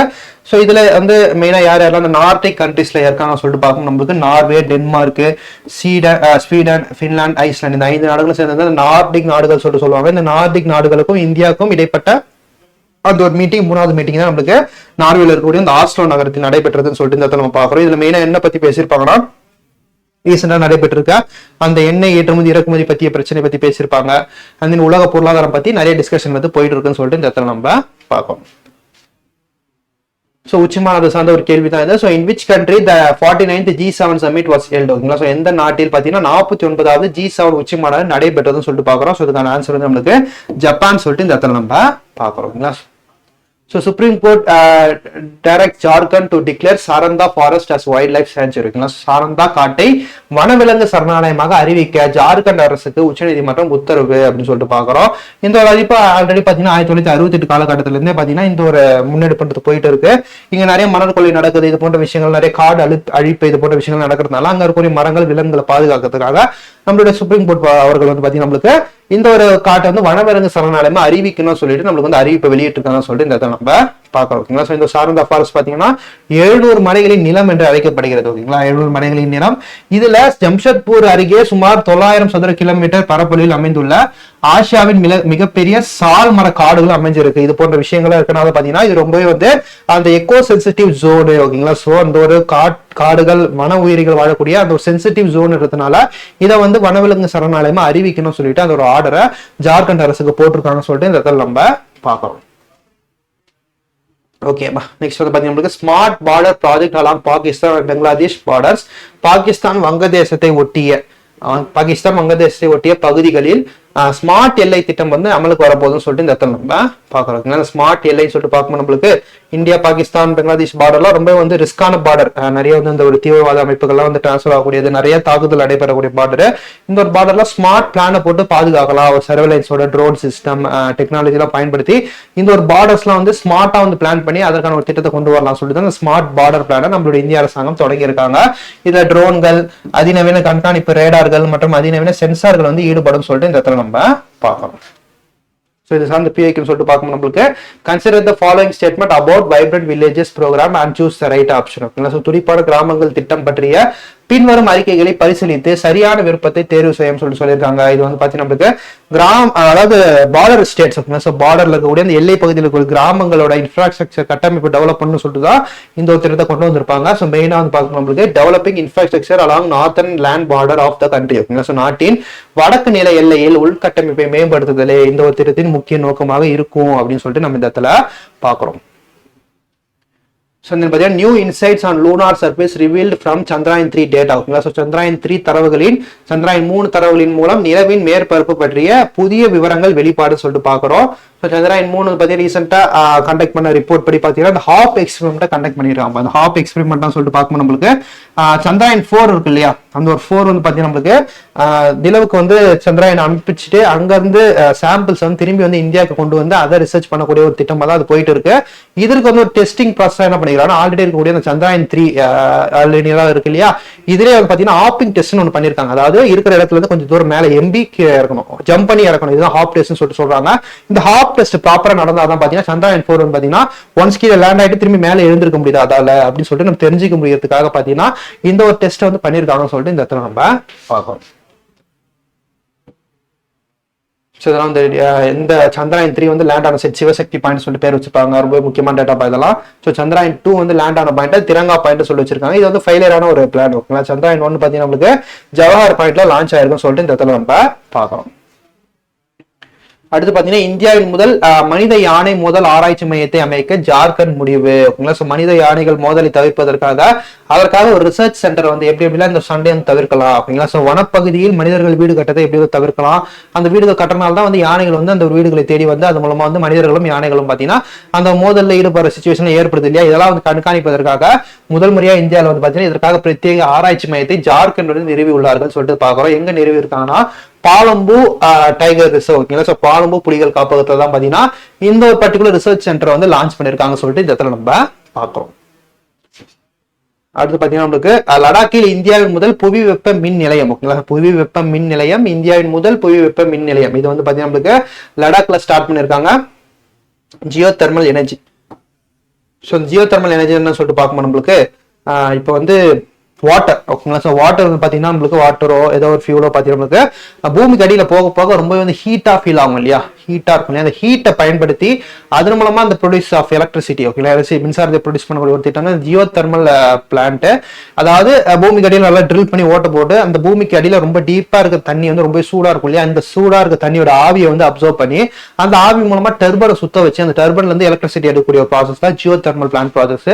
இது இந்த ஒரு டெக்னாலஜி பேஸ் பார்த்தீங்கன்னா ஃபர்ஸ்ட் டைம் பார்த்தீங்கன்னா வந்து லடாக்ல வந்து லான்ச் பண்ணிருக்காங்க சொல்லிட்டு இந்த நம்ம பார்க்கறோம். கிட்டத்தட்ட 1 மெகாவாட் எலக்ட்ரிக் பைலட் ப்ராஜெக்ட் சொல்லிட்டு இந்த நம்ம பார்க்கறோம். எங்கன்னா புகா வேலியில. ஸோ அந்த பார்த்தீங்கன்னா வேர்ல்டு ஹையஸ்ட் டுவெல்லிங் எலிஃபான்ட் ரெக்கார்டு இன் அருணாச்சல் பிரதேஷ் ஓகேங்களா. ஸோ அந்த ஒரு அருணாச்சல் பிரதேசத்தை தான் பார்த்தீங்கன்னா உலகின் மிக உயரமாக யானைகள் வசிக்கக்கூடிய இடத்தை வந்து அறிவிச்சிருக்காங்கன்னு சொல்லிட்டு பார்க்கிறோம். எந்த இடம்னா அருணாச்சல் பிரதேசம். கிட்டத்தட்ட கடல் மட்டத்திலிருந்து 3000 மீட்டர் உயரம், கிட்டத்தட்ட 3 கிலோமீட்டர் ஹைட் ஓகேங்களா. ஸோ இந்த ஒரு இடத்துல வந்து பார்த்தீங்கன்னா நமக்கு அருணாச்சல் பிரதேசம் தான் பார்த்தீங்கன்னா உலகின் மிக உயரமான இடத்துல வந்து யானைகள் வசிக்கிறதா இந்த இடத்துல நம்ம பார்க்குறோம். இது வந்து பார்த்தீங்கன்னா நம்மளுக்கு the research was conducted between December 2024 March 2026. இந்த இடைப்பட்ட காலத்துல தான் இந்த ஒரு ரிசர்ச் கண்டக்ட் பண்ணிருக்காங்க. இந்த ஒரு ரிசர்ச் வந்து பார்த்தீங்கன்னா நம்மளுக்கு வேர்ல்டு வைல்ட் லைஃப் ஃபண்டும் Arunachal Pradesh state forest department சேர்ந்து தான் பார்த்தீங்கன்னா இந்த ஒரு டெஸ்ட்டை கண்டக்ட் பண்ணி உலகிலேயே யானைகள் வாழக்கூடிய மிகவும் உயரமான இடத்தை அருணாச்சல் பிரதேசமா டிக்ளேர் பண்ணியிருக்காங்க சொல்லிட்டு இந்த இடத்துல நம்ம பார்க்கிறோம். அடுத்து பாத்தீங்கன்னா டெல்லி விமான நிலையத்தில் இந்தியாவின் முதல் அந்த ஒரு ஸ்கை காஸ்ட் திட்டத்தை மத்திய அமைச்சர் டாக்டர் ஜிதேந்திர சிங் தொடங்கி வைத்தார் சொல்லிட்டு பாக்குறோம். இந்த ஸ்கை காஸ்ட் சிஸ்டம் சொல்லிட்டு பார்க்கும்போது நம்மளுக்கு அந்த ஒரு வானிலை எல்லாம் எப்படி இருக்குன்னு சொல்லிட்டு முன்னாடியே வந்து அப்சர்வ் பண்ணி அதுக்கேற்ற மாதிரி வந்து ஃபிளைட்டை லேண்ட் பண்ணலாமா வேண்டாமா சொல்லிட்டு அதுக்கான ஒரு அட்வான்ஸ் டெக்னாலஜி இந்த ஸ்கை காஸ்ட் சிஸ்டம் சொல்லிட்டு இது பல வெளிநாடுகள் இருக்கு. இப்போ வந்து பாத்தீங்கன்னா இந்தியாவில ஃபர்ஸ்ட் டைம் வந்து இதை வந்து கொண்டு வந்திருக்காங்க சொல்லிட்டு இந்த இடத்துல நம்ம பாக்குறோம். ஸோ இதை எங்க கொண்டு வந்திருக்காங்கன்னு சொல்லிட்டு பார்க்கணும் நம்மளுக்கு புதுடெல்லியில் இருக்கக்கூடிய அந்த இந்திரா காந்தி ஏர்போர்ட் வந்து கொண்டு வந்திருக்காங்கன்னு சொல்லிட்டு பாக்குறோம். இந்த ஒரு திட்டம் வந்து பாத்தீங்கன்னா நம்மளுக்கு கொண்டு வரப்பட்ட உலக நாடுகளை பார்த்தீங்கன்னா 19 நாளா இந்தியா வந்து இருக்காங்க. 19th country to launch this type of sky cast system வந்து பாத்தீங்கன்னா நம்மளுக்கு இந்தியான்னு சொல்லிட்டு இந்த இடத்துல நம்ம பாக்குறோம் ஓகேங்களா. ஸோ இந்த ஒரு திட்டம் பார்த்தீங்கன்னா மிஷன் மோசம் கீழே வந்து கொண்டு வந்திருக்காங்க இந்தியா. மிஷன் மோசம்னா வந்து பார்த்தீங்கன்னா நம்மளுடைய வானிலை அமைப்பு வந்து நல்லா டெவலப் பண்ணணும் ஓகேங்களா. ஸோ இன்னைக்கு மழை பெய்யுதுன்னு சொன்னா கண்டிப்பா இன்னைக்கு வந்து மழை பெய்யணும். இன்னைக்கு மழை பெய்யுதுன்னா நம்மளுக்கு வந்து ஸ்கூல் லீவ் விட்டோட வெயில் அடிக்கூடாது இல்லையா. ஸோ இந்த ஒரு சுச்சுவேஷனை நம்ம கரெக்ட் பண்ணணும். ரொம்ப வந்து அக்யூரேட்டா நம்ம அந்த ஒரு வானிலை அறிக்கை கொடுக்கணும்னு சொல்லிட்டு அதுக்கான ஒரு அட்வான்ஸ் டெக்னாலஜி கொண்டு வரதா இந்திய அரசு சார்பில் மிஷன் மோசம் லான்ச் பண்ணாங்க. அந்த மிஷன் மோசம் கீழே தான் பார்த்தீங்கன்னா இந்த ஒரு ஸ்கை காஸ்ட் சிஸ்டம் எல்லாமே வந்து இன்க்ளூட் ஆகி வரும்னு சொல்லிட்டு இந்த இடத்துல நம்ம பார்க்குறோம். ஓகேப்பா, இதோட ஜியோகிராஃபி டாபிக் கம்ப்ளீட் ஆயிடுச்சு. ஸோ அடுத்து பார்த்தீங்கன்னா ஹிஸ்ட்ரி டாபிக் கம்ப்ளீட் பண்ணிடலாம் ஓகேங்களா. ஸோ டுடே இந்த ஹிஸ்ட்ரி நம்ம வந்து கரண்ட் அஃபேர்ஸ்ல பார்த்துட்டு வருவோம். ஸோ ஒவ்வொரு நாளும் பார்த்தீங்கன்னா அந்த ஒரு நாளில் என்ன முக்கியமா இந்திய வரலாற்று நடந்திருக்கு, தமிழ்நாடு வரலாற்றில் என்ன நடந்திருக்குன்னு சொல்லிட்டு பார்த்துட்டு வரோம் இல்லையா. அந்த வகையில் அதோட கம்பெரிசன் தான் நம்ம இந்த ஒரு பர்டிகுலர் இதில் பார்க்க போறோம் ஓகேங்களா. அந்த வகையில் பார்த்தீங்கன்னா நம்மளுக்கு formation of Maharashtra and Gujarat through the Bombay reorganisation act ஓகேங்களா. ஸோ ஃபர்ஸ்ட் நம்மளுக்கு பாம்பே மறுசீரமைப்பு சட்டம் போல மகாராஷ்டிரா குஜராத் மாநிலங்கள் உருவாக்கம் சொல்லிட்டு பார்க்குறோம் ஓகேங்களா. இது வந்து பார்த்தீங்கன்னா நமக்கு 1960 May 1 இந்த ஒரு நாள்ல தான் பாத்தீங்கன்னா அமலுக்கு வந்துச்சு. ஸோ பாம்பே ரீஆர்கனைசேஷன் ஆக்ட் மூலமா பாத்தீங்கன்னா பாம்பே வந்து மகாராஷ்டிரா குஜராத் 2 மாநிலமா பிரிக்கப்பட்டது சொல்லிட்டு இந்த இடத்துல நம்ம பாக்குறோம். அது பாத்தீங்கன்னா evolution of the VAO post in Tamil Nadu group for example எடுத்து பாரு அந்த விஏஓ போஸ்ட் அதோட எவால்யூஷன் அதோட மறுமலர்ச்சின்றது பாத்தீங்கன்னா நம்மளுக்கு May 2, 1983 கொண்டு வந்தாங்க. யாருன்னா நம்மளுடைய X Tamil Nadu chief minister Ramachandran MG Ramachandran அவர்கள் தான் கொண்டு வந்தாரு. இந்த ஒரு போஸ்டிங் வந்து பாத்தீங்கன்னா பரம்பரை காரணமா இருந்தது ஓகேங்களா. பரம்பரை வாரியா வந்து அது பாத்தீங்கன்னா இப்போ வந்து ஒரு பர்சன் வந்து விஏஓவா இருக்காரு, அடுத்து அவரோட பையன் டைரக்டா பரம்பரை ரீதியா அந்த போஸ்டிங் வந்து இந்த ஒரு போஸ்டிங் முறைப்படுத்தி இதுக்கு ஒரு எக்ஸாம்ஸ் வந்து கண்டக்ட் பண்ணி கவர்மெண்ட் ஸ்டாஃபா இது இவங்க வந்து எடுத்துலாம் சொல்லிட்டு இந்த ஒரு முறையை கொண்டு வந்தது யாருன்னு சொல்லிட்டு பார்க்கணும் நம்மளுடைய எம்ஜி ராமச்சந்திரன் அவர்கள்.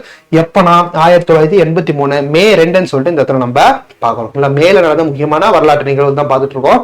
அந்த வகையில் அடுத்து வந்து பார்க்கணும் நம்மளுக்கு இந்தியாவின் முதல் அதிகாரப்பூர்வ தபால் தலை யாரது வெளியிட்டிருக்காங்க youthful profile of Queen Victoria Queen Victoria மகாராணியின் இளமை கால உருவத்தை வந்து வெளியிட்டிருக்காங்க சொல்லிட்டு இந்த இடத்துல பார்க்கலாம். இதுதான் பாத்தீங்கன்னா இந்தியாவோட அபிஷியல் ஃபர்ஸ்ட் போஸ்டல் ஸ்டாம்ப் எப்ப வெளியிட்டிருக்காங்கன்னா நம்மளுக்கு May 4, 1854 கல்கட்டால ரிலீஸ் பண்ணிருக்காங்க சொல்லிட்டு இந்த இடத்துல நம்ம பாக்குறோம். அடுத்து வந்து பார்க்கணும் நம்மளுக்கு மெட்ராஸ் மற்றும் தமிழகத்தின் சிறுபான்மை அரசாங்கத்தின் வரலாற்று பரிணாமம் சிறுபான்மை அரசாங்கத்தின் வரலாற்று பரிணாமம். ஸோ இப்போ நம்மளுடைய தமிழ்நாடு அரசாங்கத்துல வந்து பாத்தீங்கன்னா அந்த ஒரு தொங்கு சட்டமன்றம் தான் போயிட்டு இருக்கு இல்லையா. ஸோ அந்த தொங்கு சட்டமன்றம் ரிலேட்டடா இதுக்கு முன்னாடி தமிழ்நாட்டில் எப்பப்பெல்லாம் அந்த தொங்கு சட்டமன்றம் வந்திருக்குன்னு சொல்லிட்டு அதை சார்ந்த தகவல் தான் இந்த இடத்துல நம்ம பாக்குறோம். அந்த வகையில் பாத்தீங்கன்னா நம்மளுக்கு 2006 வந்து பாத்தீங்கன்னா உங்களுக்கு டிஎம்கே கவர்மெண்ட்ல ஒரு தொங்கு சட்டமன்றம் வந்து வந்துருச்சு. அந்த பாத்தீங்கன்னா 1952 காலகட்டத்திலே பாத்தீங்கன்னா ராஜாஜி வந்து சிஎம் ஆயிருப்பார் இல்லையா.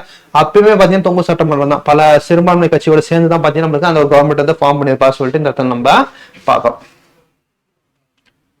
ஸோ அது பார்த்தீங்கன்னா பேட்டில் ஆஃப் காக்ரா ஓகேங்களா. காக்ரா போர் பார்த்தீங்கன்னா May 6, 1529 நடைபெற்றிருக்கும். இது பாபர் ஓகேங்களா. ஸோ முகலாய பேர வம்சத்தை வந்து இந்தியாவில் நிறுவிய பாபர் அவர்களோட ஒரு போர் தான் இது. இந்த காக்ரா போர்ன்றது 1529 நடந்திருக்கும். ஸோ சுல்தான் ஆஃப் பெங்கால் மற்றும் ஈஸ்டர்ன் ஆப்கான் கான்ஃபெடரசி ஆப்கானிய கூட்டமைப்போட சேர்ந்து பாத்தீங்கன்னா அதாவது இவங்களுக்கு அகேன்ஸ்டா பாத்தீங்கன்னா பாபர் அவர்கள் பாத்தீங்கன்னா இந்த ஒரு போர்ன்றதை போட்டிருப்பாரு சொல்லிட்டு பாக்குறோம். இதுதான் வந்து பாத்தீங்கன்னா பாபர் அவர்களோட கடைசி போரா இந்த இடத்துல நம்ம பார்க்கணும். அடுத்து பார்த்தீங்கன்னா மிட் டே மீல் ஸ்கீம் மதிய உணவு திட்டம் மே 7, 1954 கொண்டு வரப்பட்ட ஒரு திட்டம். இது வந்து பார்த்தீங்கன்னா நம்மளுக்கு மாணவர்கள் குழந்தைகளுக்கு பார்த்தீங்கன்னா இந்த மதிய உணவுன்றது கரெக்டாக வந்து போய் சேரணும்னு சொல்லிட்டு அதற்கான ஒரு திட்டம் நம்மளுடைய காமராஜ் அவர்கள் கொண்டு வரப்பட்ட ஒரு திட்டம் சொல்லிட்டு இந்த இடத்துல நம்ம பார்க்கணும். அடுத்து பார்த்தீங்கன்னா நம்மளுக்கு மகாத்மா காந்தி 24 days சமூக நீதிக்கான உண்ணாவிரத போராட்டம் சொல்லிட்டு பார்க்குறோம். இது வந்து பார்த்தீங்கன்னா நம்மளுக்கு அந்த ரவுண்ட் டேபிள் கான்ஃபரன்ஸ்ல வந்து பார்த்தீங்கன்னா நம்மளுக்கு இந்த ஒரு ரிசர்வேஷன் கம்யூனல் அவார்டு கொடுத்துருப்பாங்க. இந்த ஒரு வகுப்பாரி ஒதுக்கீடு வந்து தந்திருப்பாங்க. இந்த ஒரு வகுப்பாரி ஒதுக்கீடு மூலமா வந்து பாத்தீங்கன்னா கேஸ்ட் பேசிஸா மக்கள் வந்து பிரிச்சு அது மூலமா பிரிவினைன்றது ஏற்படும் சொல்லிட்டு அதற்கு எதிராக பாத்தீங்கன்னா காந்திஜி அவர்கள் பாத்தீங்கன்னா நம்மளுக்கு ஏர்வாடா சிறையில் அந்த ஒரு உண்ணாவிரத ஃபாஸ்டிங்ன்றதை எடுத்துப்பாரு. அந்த ஒரு 21ஆம் நாள் ஃபாஸ்டிங் வந்து ஸ்டார்ட் ஆன டே தான் மே மாசம். ஓகேங்களா. மே மந்த் வந்து பாத்தீங்கன்னா நம்மளுக்கு 1933 ஸ்டார்ட் ஆயிருக்கும். ஸோ இந்த ஒரு நாள் வந்து அனுசரிக்கிறது மாதிரி இந்த ஒரு நாள் வந்து நம்ம வந்து இந்த ஒரு இம்பார்ட்டன்ட் டேல பார்த்துட்டு வரோம். இதன் தொடர்ச்சியாக பாத்தீங்கன்னா பூனா பேக்ட் சைன் போடப்பட்டிருக்கும். இந்தியாவுக்கும் அந்த ஒரு மகாத்மா காந்தி அவர்களுக்கும் அம்பேத்கர் அவர்களுக்கும் பாத்தீங்கன்னா அந்த பூனா பேக்ட் சைன் பண்ணப்பட்டிருக்கும் சொல்லிட்டு இந்த இடத்துல நம்ம பார்ப்போம். அடுத்து பாத்தீங்கன்னா நம்மளுக்கு மே 10. ஓகேங்களா. மே 10 வந்து பாத்தீங்கன்னா இந்திய சுதந்திர போரின் தொடக்கம். இந்த இந்திய சுதந்திர போரின் தொடக்கம் சொல்லிட்டு பாக்குறோம். இது வந்து பாத்தீங்கன்னா நம்மளுக்கு அந்த சிப்பாய் மியூட்டினி ஓகேங்களா சிப்பாய் கழகம் நடைபெற்ற நாள் மே 10 சொல்லிட்டு இந்த இடத்துல நம்ம பாக்குறோம். ஓகேங்களா. இது வந்து பாத்தீங்கன்னா நம்மளுக்கு அந்த மங்கள் பாண்டே அவர்கள் இவங்க எல்லாம் பாத்தீங்கன்னா அந்த ஒரு காட்ரேஜ் ஓகேங்களா அந்த ஒரு பீரங்கி குண்டுகள் வந்து கிரீஸ்ல வந்து பாத்தீங்கன்னா அந்த ஒரு மாட்டினுடைய கொழுப்பையும் ஃபேட்டையும் பன்றியோட கொழுப்பு ஃபேட்டையும் பாத்தீங்கன்னா மிக்ஸ் பண்ணி அந்த ஒரு கிரீஸ் வந்து தயாரிச்சனால இது பிராமின்ஸ் பிளஸ் முஸ்லிம்ஸ்க்கு அகேன்ஸ்டா இருக்கு அப்படின்னு சொல்லிட்டு காரணத்தினால நிறைய போராட்டங்கள் வெடிச்சது. அதுல முக்கியமா அதுக்குள்ள ஒரு புள்ளியார் சொல்லி மாரி போட்டு ஸ்டார்ட் பண்ணவர் யாரு சொல்லிட்டு பார்க்கும்போது மங்கள் பாண்டே அவர்கள் தான். ஸோ அவரை வந்து தூக்கில் போட்டாங்க.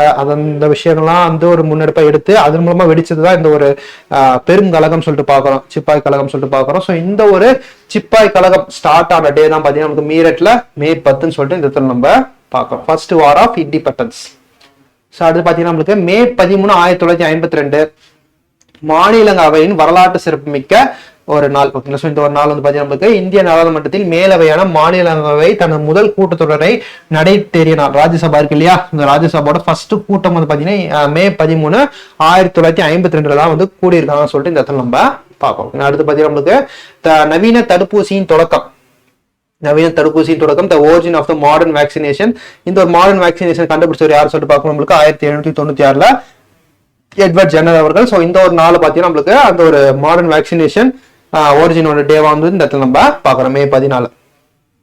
ஸோ அடுத்து வந்து பார்க்கணும் நம்மளுக்கு இந்திய ஒன்றியத்தில் சிக்கிம் அதிகாரப்பூர்வமாக இணைந்த நாள். ஓகேங்களா. ஸோ இணைந்ததுன்னு சொல்லிட்டு பார்க்குறோம். ஸோ 1975. ஓகேங்களா. ஸோ 1975 தான் பார்த்தீங்கன்னா இந்த ஒரு நாள் வந்து மே 16 சொல்லிட்டு இந்த இடத்துல நம்ம பார்க்குறோம்.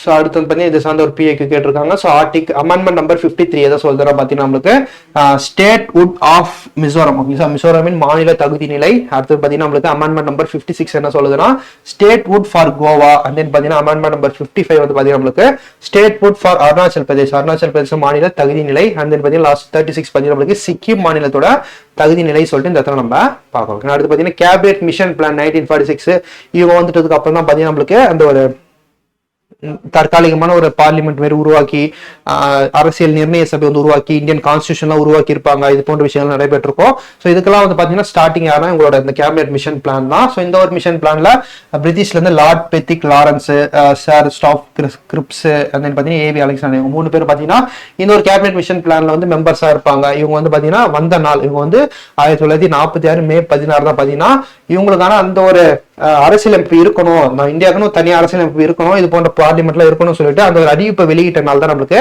மே 16, 1946 சொல்லிட்டு இந்த இடத்துல நம்ம பார்க்கணும். அடுத்து பாத்தீங்கன்னா நம்மளுக்கு இந்தியாவின் முதல் அணு ஆயுத சோதனை. ஓகேங்களா. ஸோ இந்தியாவின் ஃபர்ஸ்ட் நியூக்ளியர் டெஸ்ட் அந்த ஸ்மைலிங் புத்தா அந்த டெஸ்ட் வந்து லான்ச் பண்ண டே தான் பாத்தீங்கன்னா நம்மளுக்கு மே 18, 1974 சொல்லிட்டு பாக்குறோம். எங்க லான்ச் பண்ணிருக்காங்க நம்மளுக்கு போக்ரான் டெஸ்டிங் ரேஞ்சில் ராஜஸ்தான்ல வந்து லான்ச் பண்ணிருக்காங்க சொல்லிட்டு இந்த இடத்துல நம்ம பாக்குறோம். அடுத்து பாத்தீங்கன்னா நம்மளுக்கு supreme court strengthen to rice to 38 இது வரலாற்று ரீதியான நிகழ்வுனால இந்த ஒரு டாபிக்ல கொடுத்துருக்கோம். ஸோ அந்த சுப்ரீம் கோர்ட்டோட ஜட்ஜ் ஸ்ட்ரென்த் வந்து பாத்தீங்கன்னா 34 தான் பாத்தீங்கன்னா சுப்ரீம் கோர்ட் டோட்டலா ஜட்ஜ் இன்க்ளூடிங் பாத்தீங்கன்னா தலைமை நீதிபதி உட்பட 34 பேர் தான் இருக்கணும். இந்த ஒரு ஸ்ட்ரென்த் வந்து 10 சொல்ற காரணத்தினால பாத்தீங்கன்னா 38 வந்து இது வந்து இன்க்ரீஸ் பண்ணிருக்காங்க சொல்லிட்டு இந்த இடத்துல நம்ம பாக்குறோம். ஸோ அது பார்த்தீங்கன்னா நமக்கு Vasco da Gama discover direct sea route to India. ஓகேங்களா. ஸோ வாஸ்கோட காமா போர்ச்சுகீசிய மாலுமி இல்லையா அவர்கள் வந்து பார்த்தீங்கன்னா நம்மளுக்கு இந்தியாவுக்கான அந்த ஒரு ரூட்டை வந்து பாத்தீங்கன்னா கண்டுபிடிச்சு கேரளா பகுதியில இருந்து வந்து நுழைஞ்சு அது மூலமா போர்ச்சுகீஸ் வந்து பாத்தீங்கன்னா கேரளா பகுதியை ஆக்குபை பண்ணிருப்பாங்க. அதை தொடர்ந்து பாத்தீங்கன்னா நிறைய கிழக்கு இந்திய கம்பெனிகள் ஐரோப்பிய நாடுகள்லாம் வந்து பாத்தீங்கன்னா இங்க வந்து ஆட்சி பண்ண ஸ்டார்ட் பண்ணிருப்பாங்க. அதனை தொடர்ந்து பிரிட்டிஷ் ஈஸ்ட் இந்தியா கம்பெனி உள்ள வந்திருக்கும். ஓகேங்களா, சோ இதன் தொடர்ச்சியா தான் இதெல்லாம் வந்திருக்கும். இது எல்லாத்துக்கும் பாத்தீங்கன்னா ஒரு ஆணி வேற இருந்தவர் தான் பாத்தீங்கன்னா நம்மளுடைய வாஸ்கோ ட காமா. சோ மே 20 1498 இந்தியாவோட வழியை கண்டுபிடிச்சு கோழிக்கோடு, கேரளாவில் இருக்கக்கூடிய கோழிக்கோடுக்கு என்ட்ரி ஆயிருப்பார் சொல்லிட்டு இந்த இடத்துல நம்ம பார்க்கணும். சோ அடுத்து வந்து பார்க்கும்போது நம்மளுக்கு நவீன இந்தியாவின் தந்தை ராஜாராம் மோகன் ராய் அவர்களுடைய பிறந்த நாள் தான் நம்மளுக்கு மே 22 1772 சொல்லிட்டு இந்த இடத்துல நம்ம பாக்குறோம். ராஜாராம் ராய் எல்லாருக்கும் தெரியும், இந்திய மறுமலர்ச்சியின் தந்தை. ஸோ அந்த ஒரு பிரிட்டிஷ் இங்கிலீஷ் எஜுகேஷனை படிச்சு அது மூலமா நிறைய சீர்திருத்தத்தை கொண்டு வந்தார். லைக் வந்து அந்த ஒரு சதி சிஸ்டம்ல ஒழிக்கணும், இது போன்ற விஷயங்கள் நிறைய முன்னெடுப்புகள் கொண்டு வந்தாரு. பாத்தீங்கன்னா ஒரு கடவுள் வழிபாடு, பாத்தீங்கன்னா நிறைய விஷயங்களும் கொண்டு வந்தார் இல்லையா. ஸோ அதுல வந்து ஒரு முன்னெடுப்பான விஷயம் இந்திய மறுமலர்ச்சியின் தந்தை என்று அழைக்கப்படும் ராஜாராம் மோகன் ராயோட பிறந்த நாள் நம்மளுக்கு மே 22 1772 சொல்லிட்டு இந்த இடத்துல நம்ம பாக்குறோம். அடுத்து பாத்தீங்கன்னா இந்திய பிரிவினைக்கு அதிகாரப்பூர்வ ஒப்புதல். மவுண்ட் பேடன் பிரபு வந்து பாத்தீங்கன்னா இந்தியாவும் பாகிஸ்தானும் பிரிப்பதற்கான அந்த அதிகாரப்பூர்வ ஒப்புதல் வந்து பாத்தீங்கன்னா பிரிட்டிஷ் அமைச்சரவையில இருந்து கொண்டு போய் அந்த பிளானை வந்து அக்செப்ட் பண்ண டே வந்து பாத்தீங்கன்னா நம்மளுக்கு 1947 மே 23 இந்த ஒரு நாள் தான் பாத்தீங்கன்னா நம்மளுக்கு இந்தியா பாகிஸ்தான் சொல்லிட்டு 2 நாடுகளா பிரிக்கலாம். இந்திய யூனியனை நம்மளுக்கு வந்து இந்தியா பாகிஸ்தான் வந்து 2 நாடுகளா பிரிக்கலாம் சொல்லிட்டு இந்த அப்ரூவல் பிரிட்டிஷ் கொடுத்துருப்பாங்க. கொடுத்து பாத்தீங்கன்னா ராட்க்ளிஃப்ன்ற ஒரு பாத்தீங்கன்னா உங்களுக்கான பார்டர் இந்தியாவுக்கும் பாகிஸ்தானுக்குமான 2 நாடுகளுக்கும் இடையான பார்டர் வந்து வகுத்திருப்பாரு சொல்லிட்டு இந்த இடத்துல நம்ம பார்க்கணும். அடுத்து பாத்தீங்கன்னா நமக்கு சபர்மதி ஆசிரம் தோற்றம். சபர்மதி ஆசிரம் தோற்றம், இந்த ஒரு ஆசிரமத்துல பாத்தீங்கன்னா காந்திஜி ஏதாவது ஒரு சத்தியாகிரகம் பண்றதா இருக்கட்டும், உப்பு சத்தியாகிரகம், நடைப்பயணம், இது போன்ற எந்த விஷயம் ஸ்டார்ட் பண்ணதா இருக்கட்டும், இந்த ஒரு சபர்மதி ஆசிரமத்துல ஸ்டார்ட் பண்ணுவாங்க. இந்த சபர்மதி ஆசிரம் தொடங்கப்பட்ட நாள் வந்து பாத்தீங்கன்னா நம்மளுக்கு அகமதாபாத்ல தான் ஸ்டார்ட் பண்ணிருப்பாங்க. சபர்மதி ரிவர்ல அப்புறமே டிரான்ஸ்பர் பண்ணிருப்பாங்க. ஓகேங்களா, அதுக்கப்புறமேட்டு ஃபர்ஸ்ட் இது வந்து அகமதாபாத் கோச்ராப்பேட் ஏரியால தான் ஸ்டார்ட் பண்ணிருக்காங்க இந்த ஒரு ஆசிரமத்தை மே 25 1915. இது லேட்டரா பாத்தீங்கன்னா சபர்மதி ஆட்டக்காரையில 1917 வந்து மாத்திருப்பாங்க சொல்லிட்டு நம்ம பாக்குறோம். அது இந்த தொடர்ச்சியா தான் பாத்தீங்கன்னா சபர்மதி ஆற்றங்கரையை மாத்திட்டோன்னே நிறைய அந்த போராட்டங்கள் இங்க தான் ஸ்டார்ட் ஆயிருக்கும். தண்டி மார்ச், தண்டி உப்பு சத்தியாகிரகம், இது போன்ற விஷயங்கள். ஓகேங்களா, அது பாத்தீங்கன்னா நம்மளுக்கு மே 27 1991 நீதிபதி JS வர்மா ஆணையம் நியமனம் சொல்லிட்டு பாக்குறோம். ஓகேங்களா, சோ இந்த ஒரு நியமனம் பாத்தீங்கன்னா நம்மளுக்கு மே 21 1991 ராஜீவ் காந்தி அவர்கள், நம்மளுடைய முன்னாள் பிரைம் மினிஸ்டர் ராஜீவ் காந்தி அவர்கள் தமிழ்நாட்டில் நடக்கக்கூடிய அந்த எலெக்ஷனுக்கான பிரச்சாரத்துக்கு வரும்போது ஸ்ரீபெரும்புத்தூர்ல வந்து பாத்தீங்கன்னா நம்மளுக்கு அவர் வந்து வெடிகுண்டு வச்சு வந்து கொலை பண்ணியிருப்பாங்க. ஸோ அந்த ஒரு மர்டர் நடந்த ஒரு நாள் தான் பார்த்தீங்கன்னா மே 21 1991 சொல்லிட்டு பார்க்குறோம். இந்த ஒரு கொலை சம்பவத்தை வந்து விசாரணை நடத்துற விதமா தான் பார்த்தீங்கன்னா JS வர்மா ஆணையத்தை மத்திய அரசாங்கம் அமைப்பாங்கன்னு சொல்லிட்டு இந்த இடத்துல நம்ம பார்க்கிறோம். அடுத்து பாத்தீங்கன்னா கோவா மாநிலம் உருவான தினம். ஓகேங்களா, கோவா மாநிலம் உருவான தினம் பாத்தீங்கன்னா நம்மளுக்கு நவீன இந்திய வரலாற்றில் அதன் முக்கிய பயணம் சொல்லிட்டு பாக்குறோம். இந்த கோவா மாநிலம் உருவான தினம் தான் பாத்தீங்கன்னா நம்மளுக்கு மே 30 1987 சொல்லிட்டு இந்த நம்ம பாக்குறோம். ஓகேங்களா, கோவா மாநிலம் பாத்தீங்கன்னா நம்மளுக்கு 1961 வரை பாத்தீங்கன்னா நமக்கு போர்ச்சுகீஸ் ரூல் கீழே தான் இருந்தது. ஸோ அதன் பிறகு பார்த்தீங்கன்னா ஆபரேஷன் விஜய் மூலமா இந்தியன் மிலிட்டரி வந்து பார்த்தீங்கன்னா கோவா வந்து ஆக்குபை பண்ணியிருப்பாங்க சொல்லிட்டு இந்த இடத்துல நம்ம பார்க்குறோம். ஸோ 25வது மாநிலமா வந்து கோவா வந்து மே 30 1987 இந்திய யூனியத்தோட இணைஞ்சிருப்பாங்க சொல்லிட்டு இந்த இடத்துல நம்ம பார்க்கணும். நம்மளுக்கு foundation of the Prarthana Samaj. So Prarthana சமாஜம் ஆத்மராம் பாண்டுரங்க அவர்களால் தொடங்கப்பட்டது பாம்பேவில். ஸோ அப்பெல்லாம் பார்த்தீங்கன்னா இந்த சீர்திருத்த அமைப்புகள் எல்லாமே பார்த்தீங்கன்னா அதிகமாக வங்காளத்துல தான் தொடங்கிச்சு. ஓகேங்களா, ராஜாராம் மோகன் ராய் ஸ்டார்ட் பண்ண பிரம்ம சமாஜம், இது போன்ற விஷயங்கள் எல்லாமே லேட்டரா வந்து இது போன்ற விஷயங்கள் பாம்பேலயே வந்து ஸ்டார்ட் ஆகும் சொல்லிட்டு அதற்கான முன்னெடுப்பு எடுத்தவர் தான் ஆத்மராம் பாண்டுரங்க அவர்கள். அதை தொடர்ந்து ஆரிய சமாஜமும் பார்த்தீங்கன்னா இங்க வந்து ஃபார்ம் ஆச்சு. ஓகேங்களா, சொந்த ஆத்மராம் பாண்டுரங்க அவர்கள் தான் பாத்தீங்கன்னா 1867 காலகட்டத்தில் மே 31 பிரார்த்தனா சமாஜம் என்ற ஒரு சமூக சீர்திருத்த அந்த ஒரு இயக்கத்தை வந்து பாத்தீங்கன்னா பாம்பேல வந்து ஸ்டார்ட் பண்ணிருப்பாரு. ஸோ அதை தொடங்கப்பட்ட நாள் தான் நம்மளுக்கு மே 31 1867 சொல்லிட்டு இந்த இடத்துல நம்ம பாக்குறோம். இதோட நம்மளுக்கு ஹிஸ்டரி டாபிக் எனக்கு முடிஞ்சிச்சு. One second.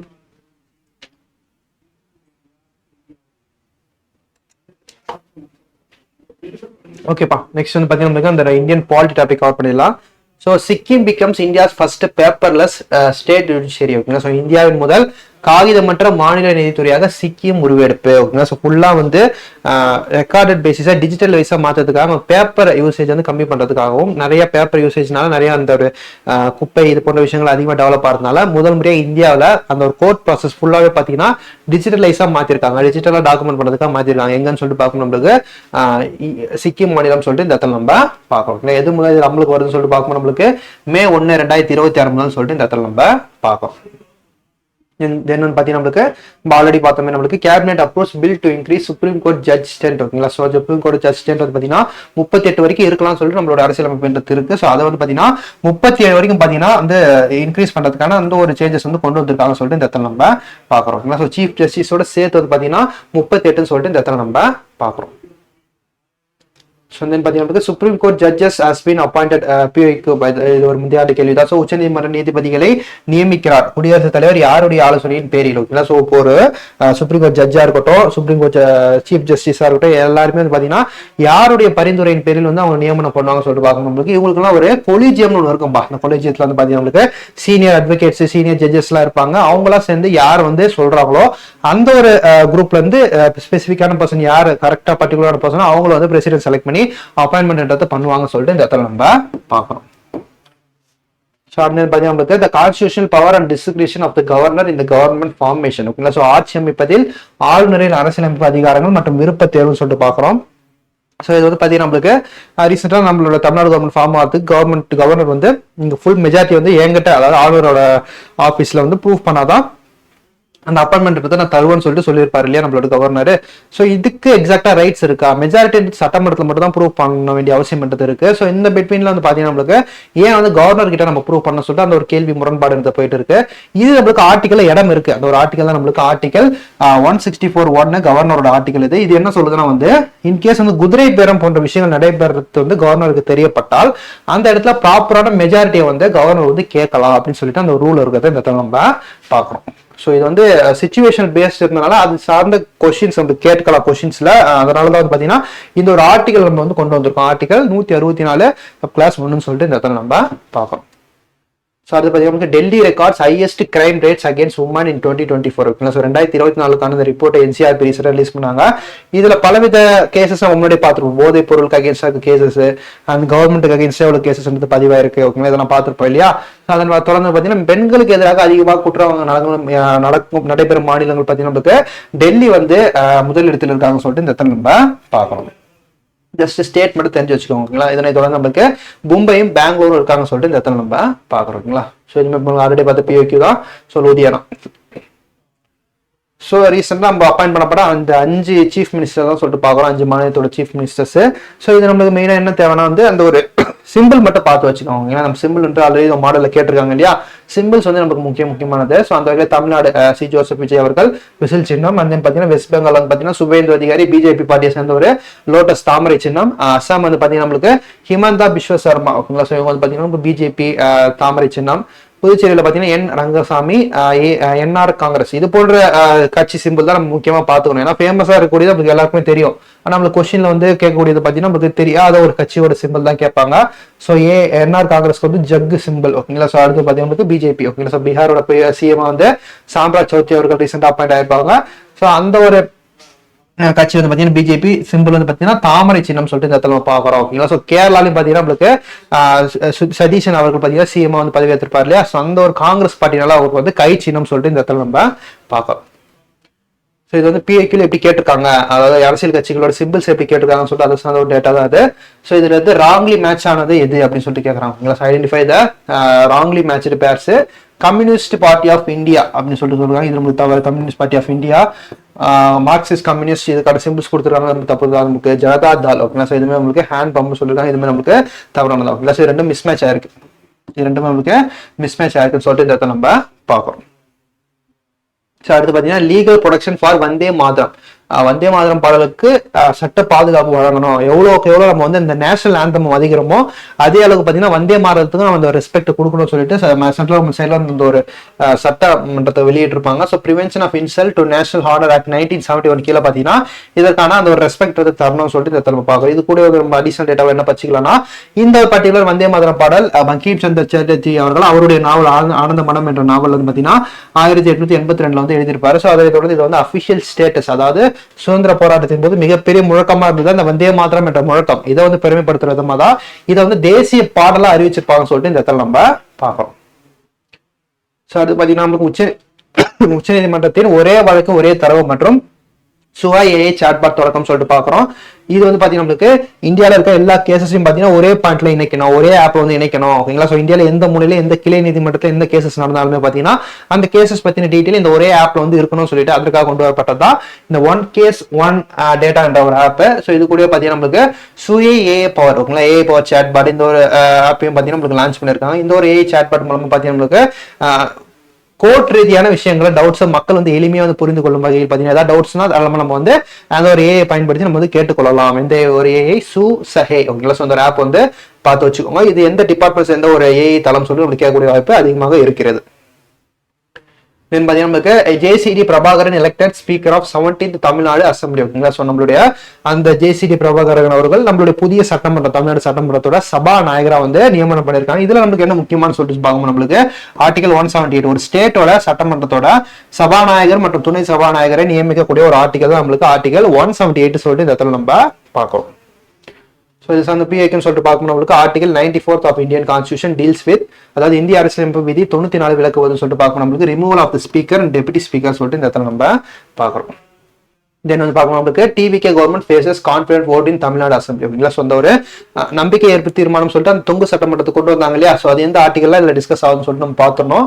ஸோ ஆர்டிகல் 164 இது என்ன சொல்லுதுன்னு சொல்லிட்டு பார்க்கும்போது நம்மளுக்கு சட்டப்பிரிவு 164 படி அமைச்சரவை ஒட்டுமொத்த சட்டமன்றத்திற்கும் பொறுப்பானது. இதுவே ஒரு அரசு தனது பெரும்பான்மையை நிரூபிக்க வேண்டியதன் சட்டப்பூர்வ அடிப்படையாகும் சொல்றாங்க. ஆர்டிகல் 174 என்ன சொல்றாங்கன்னா சட்டமன்றத்தை கூட்டுவதற்கு ஆளுநருக்கு அதிகாரம் உண்டு, ஓகேங்களா? ஸோ இந்த ஒரு தீர்மானம் பண்றதுக்கு கொண்டு வரதுக்கு இந்த ஒரு கான்ஃபிடென்ஷியல் மோஷன், ஓகேங்களா? ஸோ நம்பிக்கை ஏற்பு தீர்மானம் இது போன்ற விஷயங்கள் கொண்டு வரதுக்கு ஆளுநருக்கு ஆர்டிகல் 174 கீழே வந்து ரைட்ஸ் என்றது இருக்கு. ஆர்டிகல் 189 என்ன சொல்லுதுன்னா வாக்கெடுப்பில் சமநிலை ஏற்படும் போது சபாநாயகர் அந்த கேஸ்டிங் ஓட்டை முடிவெடுக்கும் ஓட்டை டை பிரேக்கிங் ஓட்டை வந்து போடலாம். இன்பிட்வீன்ல அவர் வந்து ஓட் போடக்கூடாது. இன் கேஸ் வந்து அந்த ஓட்டி வந்து டை ஆனா மட்டும் பாத்தீங்கன்னா அவர் வந்து அந்த ஓட்டை வந்து செலுத்தலாம்னு சொல்லிட்டு இந்த இடத்துல நம்ம பார்ப்போம். ஸோ அட்வொகேட் ஜெனரலாக விஜய் நாராயணன், ஓகேங்களா? ஸோ மூத்த வழக்கறிஞர் விஜய் நாராயணன் தமிழகத்தோட அட்வொகேட் ஜெனரல், ஓகேங்களா? அரசு தரப்பு வக்கீல் சொல்லிட்டு சொல்லுவாங்க இல்லையா? ஸோ அவர் வந்து பார்த்தீங்கன்னா நம்மளுக்கு தமிழ்நாடு அரசாங்கத்துக்காக புதுசாக ஒருத்தர் நியமனம் பண்ணியிருக்காங்க. ஸோ அதான் பார்த்தீங்கன்னா விஜய் நாராயணன் அவர்கள் சொல்லிட்டு இந்த இடத்துல நம்ம பார்க்கணும். ஸோ இப்போ தமிழ்நாடு அரசாங்கம் சார்பில் அந்த அட்வொகேட் ஜெனரல் நியமனம் போட்டாங்கன்னா இந்த ஆர்டிகல் கீழே அவங்களை நியமனம் பண்ணுவாங்கன்னு சொல்லிட்டு பார்க்கணும் நம்மளுக்கு ஆர்டிகல் 165 சொல்லிட்டு இந்த இடத்துல நம்ம பார்க்கணும். அடுத்து நம்ம ஆல்ரெடி பார்த்துதான். ஸோ கேரளாவோட சிஎம் பார்த்தீங்கன்னா வி.டி. சதீஷன் அவர்கள் கேரளாவோட 13வது சீஃப் மினிஸ்டரா வந்து எலெக்ட் ஆயிருப்பார் சொல்லிட்டு இந்த இடத்துல நம்ம பார்க்கறோம். ஸோ அது நமக்கு prime minister Modi conferred with Sweden highest order. நம்மளுடைய பிரைம் மினிஸ்டர் மோடி எந்த நாட்டுக்கு போனாலும் அந்த நாட்டோட உயரிய விருது ரீசெண்ட் டைம் தந்துட்டு வராங்க. அந்த வகையில் ரீசெண்டாக வந்து ஸ்லோவாக்கிய நாட்டுக்கு போய் பார்த்தீங்கன்னா இந்த டபுள் கிராஸ் ஃபர்ஸ்ட் கிளாஸ் என்ற அவார்டு வந்து வாங்கியிருப்பாரு. ஸோ அது வந்து பார்த்தீங்கன்னா நரேந்திர மோடி அவர்கள் வாங்கிய 33வது சர்வதேச விருதுன்னு சொல்லிட்டு பார்த்துருப்போம்.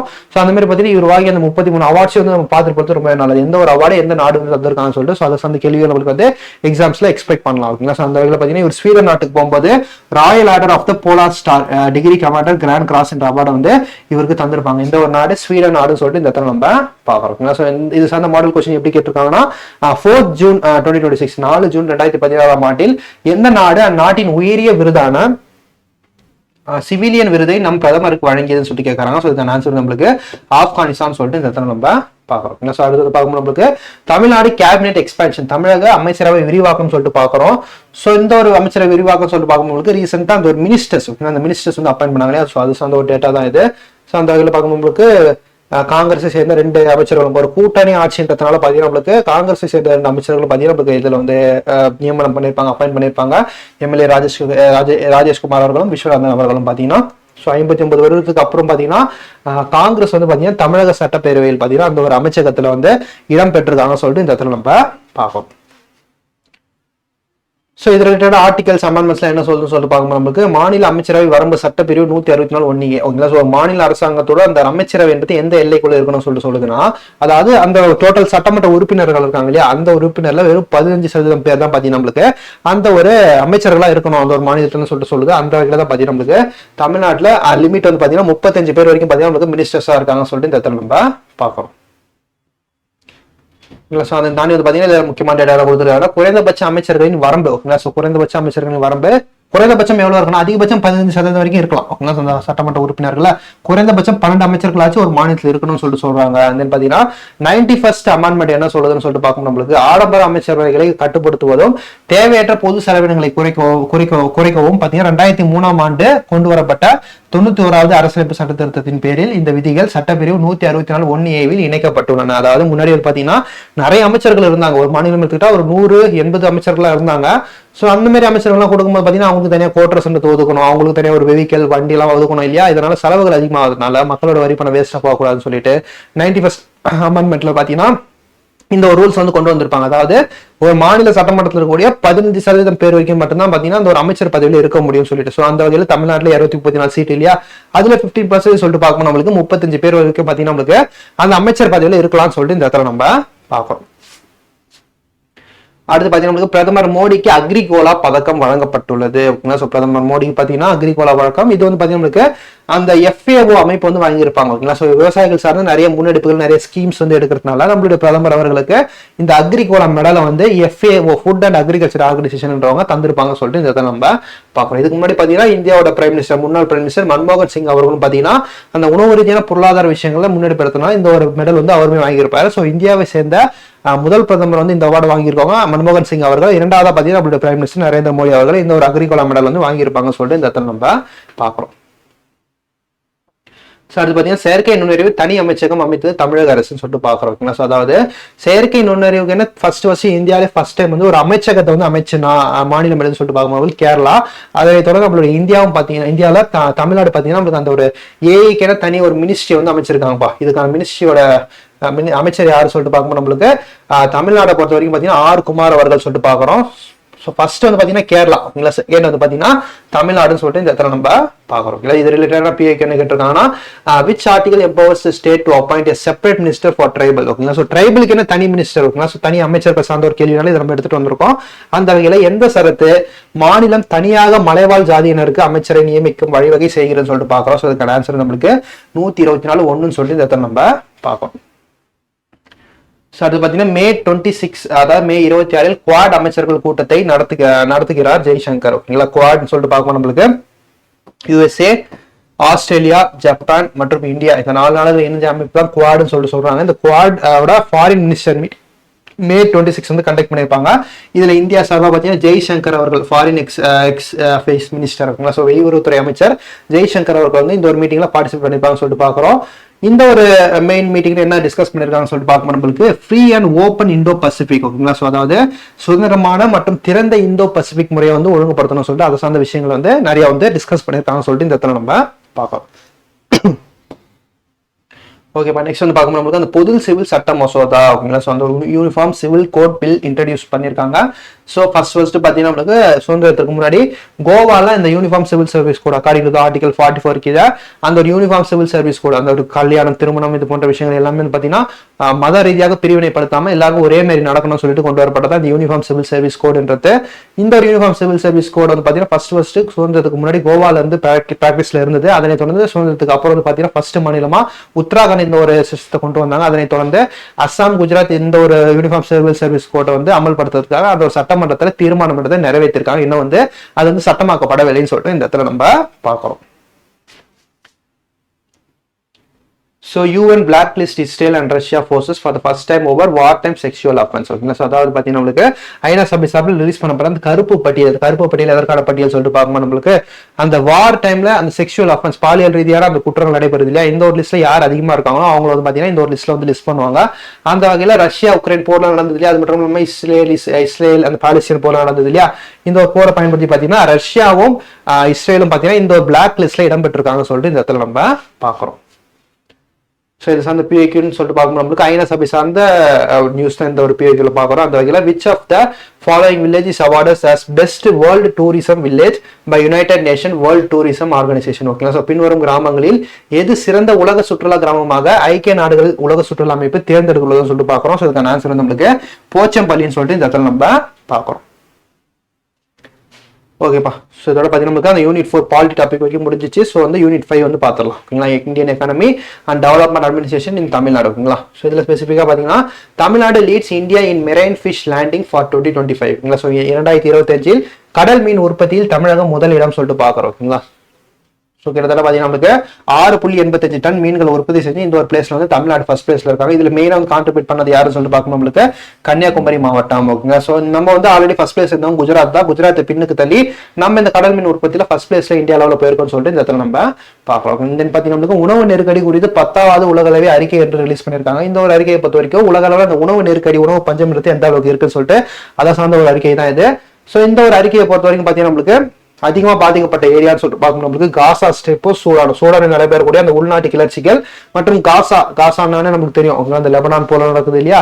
அந்த காசானால பார்த்தீங்கன்னா அங்கே உணவு பஞ்சம் ரொம்பவே வந்து உலக அளவில் ரொம்பவே வந்து பாதிக்கப்பட்ட ஒரு பகுதிகளாக இந்த 2 பகுதிகளும் இருக்காங்கன்னு சொல்லிட்டு இந்த இடத்துல நம்ம பார்க்கணும். பார்க்கும்போது நம்மளுக்கு கிக் தொழிலாளர்களுக்காக கர்நாடகா இந்தியாவின் முதல் குறை தீர்ப்பு இணையதளத்தை தொடங்கி உள்ளது. ஓகேங்களா. அந்த கிக் தொழிலாளர்கள் சொல்லிட்டு பார்க்கும்போது நம்மளுக்கு இந்த ரேபிடோ ஓலாலாம் ஓட்டுறாங்க இல்லையா, இவங்க தான் அந்த கிக் தொழிலாளர்கள். இவங்களுக்கான குறை தீர்ப்பு ஒரு ஆணையத்தை ஒரு குறை தீர்ப்பு இணையதளம் இவங்களுக்கு ஏதாவது கம்ப்ளைண்ட்ஸ் இருந்தாலும் இது போன்ற விஷயங்களை வந்து கொடுக்கறது வந்து பாத்தீங்கன்னா ஒரு போர்ட்டல் ஒரு வெப்சைட் வந்து பாத்தீங்கன்னா முதல் முறையா பாத்தீங்கன்னா இந்தியால கர்நாடக அரசாங்கம் ஓபன் பண்ணிருக்காங்கன்னு சொல்லிட்டு இந்த இடத்துல நம்ம பார்க்கிறோம். நம்மளுக்கு குளோபல் பிரஸ் ஃப்ரீடம் இண்டெக்ஸ் ஓகேங்களா. உலக அளவில் பார்த்தீங்கன்னா அந்த ஒரு பத்திரிகை சுதந்திரம் எந்த அளவுக்கு இருக்கு, சிறந்த நாடுகள் இது போன்ற விஷயங்கள்லாம் பார்த்தீங்கன்னா இந்த ஒரு லிஸ்ட்ல வெளியிட்டு அந்த வகையில் இந்த பத்திரிகை சுதந்திர குறியீடுல முதல் நாடா யார் இருக்காங்கன்னு சொல்லிட்டு பார்ப்போம். நம்மளுக்கு Norway.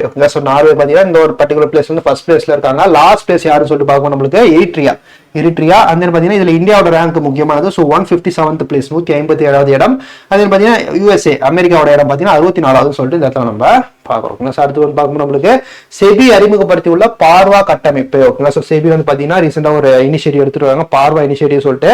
So past risk and return verification agency. இந்த பார்வா இனிஷியேட்டிவ் எதற்காக ஒரு இனிஷியேட்டிவ் சொல்லிட்டு பார்க்கும்போது நம்மளுக்கு செபினா நமக்கு எதுக்கு stock exchange security exchange board of India தான் நம்மளுக்கு வந்து செபின்றது சொல்லுவாங்க. இது ஸ்டாக்ஸ்ல எப்படி இருக்காங்க, ஸ்டாக் ஷேர் மார்க்கெட்ல வந்து ப்ராப்பரான ஒரு கைட்லைன்ஸோட நிறுவனங்கள்லாம் வந்து ஷேர்ஸை வாங்குறாங்களா ஷேர்ஸை கொடுக்குறாங்களா இதெல்லாம் வந்து கைடன்ஸ் பண்ணுறதுக்காக இந்த செபின்றது இருக்கு. ஓகேங்களா. அந்த செபிக்காக தான் பார்த்தீங்கன்னா இந்த பார்வா ஃப்ரேம் ஒர்க்ன்றது கொண்டு வந்திருக்காங்க. இந்த பார்வா ஃப்ரேம் ஒர்க்ன்றது அந்த கம்பெனிஸ்லாம் நம்ம ஸ்டாக்ஸ் வாங்கலாமா, அந்த கம்பெனிஸோட பாஸ்ட் ரெக்கார்ட்ஸ்ல எப்படி இருக்கு, லாஸஸ் எல்லாம் எவ்வளவு சந்திச்சிருக்காங்க, லாபம்ன்றது எத்தனை வந்திருக்குன்னு சொல்லிட்டு இதை சார்ந்த ஒரு ரெக்கார்ட் தான் பார்த்தீங்கன்னா இந்த ஒரு பார்வா ஃப்ரேம் ஒர்க் நம்ம பார்த்து தெரிஞ்சுக்கிட்டு வெரிஃபை பண்ணிக்கிட்டு அந்த பார்த்தீங்கன்னா அந்த ஒரு செபியில் வந்து பார்த்தீங்கன்னா ஸ்டாக் எக்ஸ்சேஞ்ச் விஷயங்கள்லாம் பண்ணலாம்னு சொல்லிட்டு இந்த இடத்துல நம்ம பார்க்கறோம். ஸோ இது சார்ந்த பிஐக்குன்னு சொல்லிட்டு பார்க்கும்போது நம்மளுக்கு போர்ட்டல் சார்ந்த ஒரு பிஐக்கு தான். இதுவுமே ஒரு போர்ட்டல் இல்லையா, பார்வா ஃப்ரேம் ஒர்க் போர்ட்டல்னால அது சார்ந்த ஒரு கேள்வி எங்க எடுத்துட்டு வந்திருக்கோம். அந்த வகையில் பார்த்தீங்கன்னா Namaste portal that was recently news is related to the field of, அதாவது சமீபத்தில் செய்திகளில் வெளியான நமஸ்தே இணைய முகப்பு எந்த துறையுடன் தொடர்புடையதுன்னு சொல்லியிருக்காங்க. ஸோ இதுக்கான ஆன்சர் வந்து நம்மளுக்கு ட்ரெடிஷ்னல் மெடிசன். ஓகேங்களா. பாரம்பரிய மருந்து. ஸோ அந்த பார்த்தீங்கன்னா ரிசர்வ் வங்கியின் துணை ஆளுநராக ரோஹித் ஜெயின் அவர்கள் நியமனம். ஓகேங்களா. ஸோ டெபியூட்டி கவர்னர் வந்து பார்த்தீங்கன்னா நம்மளுக்கு ரோஹித் ஜெயின் அவர்களை நியமனம் பண்ணியிருக்காங்க. ஸோ இந்த இடத்துல முக்கியமான டேட்டாவா பார்க்கும்.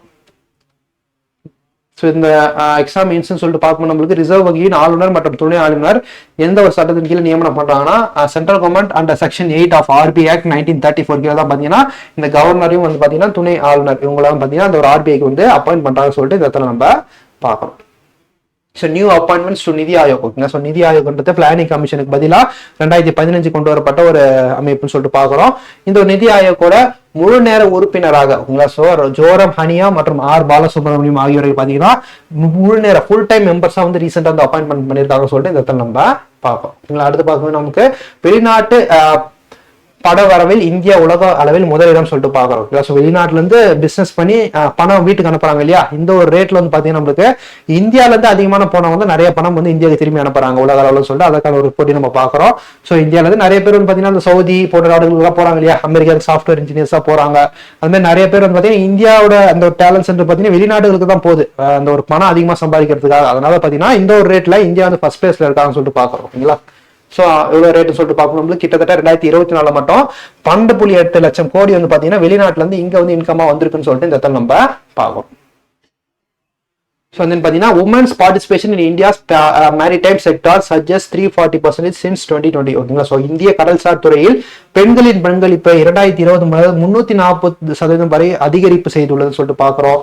ஸோ இந்த ஒரு கடல்சார் அந்த ஒரு கப்பல் மாலுமியா இருக்கட்டும், கடல்சார் வேலைகள் செய்யக்கூடியவங்களா இருக்கட்டும், ஆர்பல வேலை செய்யக்கூடியவங்களா இருக்கட்டும், இந்த மாதிரி வந்து இந்த கடல்சார் உற்பத்தியில வந்து பாத்தீங்கன்னா பெண்களுடைய பங்கு கடந்த ஆண்டுகளை கம்பேர் பண்ணும்போது 340% தான் ட்ரிபிள் அப் அளவுக்கு பாத்தீங்கன்னா இன்க்ரீஸ் ஆயிருக்குன்னு சொல்லிட்டு இந்த இடத்துல நம்ம பாக்குறோம். அடுத்து வந்து பார்க்கும்போது தமிழக அரசின் புதிய திட்டங்கள்.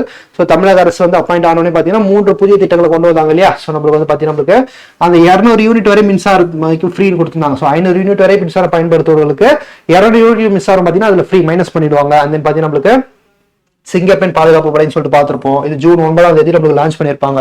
அது பாத்தீங்கன்னா நம்மளுக்கு ஆன்டி நார்கோட்டிக் டாஸ்க் போர்ஸ். இதுவுமே பாத்தீங்கன்னா உருவாக்க போறது, அதாவது போதை பொருளுக்கு ஒழிப்பை தடுப்பதற்காக இந்த ஒரு டாஸ்க் போர்ஸையும் வந்து உருவாக்க போறதா நம்மளுக்கு வந்து சொல்லியிருக்கிறத இந்த இடத்துல நம்ம பாக்குறோம். சார்ந்தது பார்க்கும்போது inauguration of the India's first PM Mitra park in Telangana. அதாவது மித்ரா பார்க்னு சொல்லிட்டு பார்க்கும்போது நம்மளுக்கு இந்த துணி உற்பத்தி இருக்கு இல்லையா, டெக்ஸ்டைல் உற்பத்தி, இந்த உற்பத்தியை டெவலப் பண்ண இதை வந்து ஊக்குவிக்கணும்ன்றதுக்காக தான் பாத்தீங்கன்னா இந்த ஒரு மித்ரா பார்க் என்றதை உருவாக்குறதுக்கு இந்தியாவில 7 இடங்களை வந்து உருவாக்குறதா மத்திய அரசாங்கம் சொல்லியிருப்பாங்க. இந்த ஒரு மித்ரா பார்க்ல என்னென்ன விஷயங்களா இருக்குன்னு சொல்லிட்டு பார்க்கும்போது நம்மளுக்கு துணி, அதாவது துணிக்கு தேவையான அந்த பஞ்சு காட்டன்லாம் உற்பத்தி செய்யக்கூடிய இந்த விவசாய நிலம் பக்கத்துலயே இருக்கும். அந்த பஞ்சு எடுத்துட்டு வந்து அந்த பஞ்சு வந்து நூலாக்கக்கூடிய அந்த ஒரு ஆலயம் பாத்தீங்கன்னா பக்கத்துல இருக்கும். அந்த ஆலயம் வந்து சாயம் மூட்டி அதை வந்து துணியா வந்து தயாரிக்கக்கூடிய ஆலயம் பாத்தீங்கன்னா பக்கத்துலயே இருக்கும். ஸோ இப்படி வந்து ஒரே இடத்துல எல்லா விஷயமும் வந்து இன்க்ளூட் ஆகி பாத்தீங்கன்னா அந்த ஒரு துணி ரீதியான இண்டஸ்ட்ரி வந்து டெவலப் பண்ண சொல்லிட்டு அந்த ஒரு ப்ராசஸ் வந்து கொண்டு வரதான் அந்த மித்ரா பார்க்னு சொல்லிட்டு சொல்றோம். இந்த மித்ரா பார்க் பார்த்தீங்கன்னா இந்திய அளவில் 7 இடங்களை ஸ்டார்ட் பண்றதா மத்திய அரசாங்கம் அறிவிச்சிருப்பாங்க. அதுல தமிழ்நாட்டில் பாத்தீங்கன்னா விருதுநகரம் பாத்தீங்கன்னா இன்க்ளூட் ஆயிருக்கும். ஸோ இந்த ஒரு 7 இடங்கள்ல முதல் இடமா வந்து பாத்தீங்கன்னா எதை வந்து ஓபன் பண்ண போறாங்கன்னு சொல்லிட்டு பார்ப்போம் நம்மளுக்கு தெலுங்கானா. ஓகேங்களா. ஸோ தெலுங்கானால இருக்கக்கூடிய வாரங்கள் என்ற இடத்துல பாத்தீங்கன்னா இந்த PM மித்ரா பார்க் வந்து ஸ்டார்ட் பண்ண போறாங்கன்னு சொல்லிட்டு இந்த இடத்துல நம்ம பார்க்கிறோம். பாத்தீங்கன்னா நமக்கு VBG Ram G2 replace MG NREGA starting July 1. அந்த 100 நாள் வேலை திட்டம் இருக்கு இல்லையா, 2006 கொண்டு வரப்பட்ட அந்த 100 நாள் வேலை திட்டம் MG நரேகான்னு சொல்லிட்டு சொல்லுவாங்க. Mahatma Gandhi national rural employment guarantee scheme இருக்கு இல்லையா, இதற்கு மாற்றாக பாத்தீங்கன்னா 100 நாள் வேலை திட்டம்ன்றதை 125 நாளா உயர்த்தி பிளஸ் வந்து பாத்தீங்கன்னா இவங்களுக்கான சம்பளம் வந்து பாத்தீங்கன்னா முழுமையா வந்து மத்திய அரசாங்கம் தான் தந்துட்டு இருந்தாங்க. இப்போ வந்து பாத்தீங்கன்னா 60% அளவுக்கு மத்திய அரசாங்கமும் 40% அளவுக்கு பாத்தீங்கன்னா ஸ்டேட் கவர்மெண்ட் அந்த பர்டிகுலர் மாநில அரசாங்கமும் தரணும்னு சொல்லிட்டு ஒரு ரெஸ்ட்ரிக்ஷனை கொண்டு வந்து புதிய சட்டமா பாத்தீங்கன்னா VBG ராம் யோஜனா என்ற திட்டத்தை வந்து கொண்டு வந்திருக்கிறத இந்த இடத்துல நம்ம பாக்குறோம். இந்த ஒரு சட்டம் பாத்தீங்கன்னா நம்மளுக்கு ஜூலை 1 முதல் அமலுக்கு வரப்போகுதுன்னு சொல்லிட்டு இந்த இடத்துல நம்ம பாக்குறோம். நம்ம தமிழ்நாட்டுல பேசிக்கா பொறுத்த வரைக்கும் ஒரு நாளைக்கு கூலியா 319 ரூபா வரைக்கும் தராங்க அந்த 100 நாள் வேலை திட்டத்துல. அந்த ஒரு ஷேர் தான் பாத்தீங்கன்னா 60% பாத்தீங்கன்னா நம்மளுக்கு ஸ்டேட் கவர்மெண்ட், 40% பாத்தீங்கன்னா நமக்கு ஸ்டேட் கவர்மெண்ட் கொடுக்கறதா இந்த நம்ம 60 வந்து பாத்தீங்கன்னா சென்ட்ரல், 40 ஸ்டேட் தரணும்னு சொல்லிட்டு புதிய ரூல்ஸ் வந்து மாத்திருக்காங்க சொல்லிட்டு இந்த இடத்துல நம்ம பார்க்கணும். ஸோ இன்கேஸ் வந்து அந்த பர்டிகுலர் மாநிலம் வடகிழக்கு மாநிலங்களா இருந்து மலை பிரதேசங்களா இருந்துச்சுன்னா இந்த ஒரு ஷேர் அப்படியே மாறும்பா. 90% பாத்தீங்கன்னா ஸ்டேட் கவர்மெண்ட் சென்ட்ரல் கவர்மெண்ட் கொடுத்துருவாங்க. மீதி இருக்க 10% மட்டும் பாத்தீங்கன்னா அந்த பர்டிகுலர் ஸ்டேட்ஸ் கொடுத்தா போதும். இது யாருக்கு, கிழக்கத்திய மாநிலங்கள் மலை பிரதேசங்கள் போன்ற ஏரியாவில் இருக்கக்கூடிய அந்த ஒரு மாநிலங்களுக்கு பாத்தீங்கன்னா இந்த ஒரு ரிலாக்சேஷன் இருக்குன்னு சொல்லிட்டு பாக்குறோம். அதை தாண்டி பாத்தீங்கன்னா சட்டமன்றம் இல்லாத யூனியன் பிரதேசங்கள், ஓகேங்களா, சட்டமன்றம் இல்லாத யூனியன் பிரதேசங்கள்ல 100% பாத்தீங்கன்னா நம்மளுக்கு அந்த ஒரு ஸ்டேட் கவர்மெண்ட் அவங்களுக்கான சேலரி வந்து தந்துருவாங்கன்னு சொல்லிட்டு இந்த இடத்துல நம்ம பாக்குறோம்.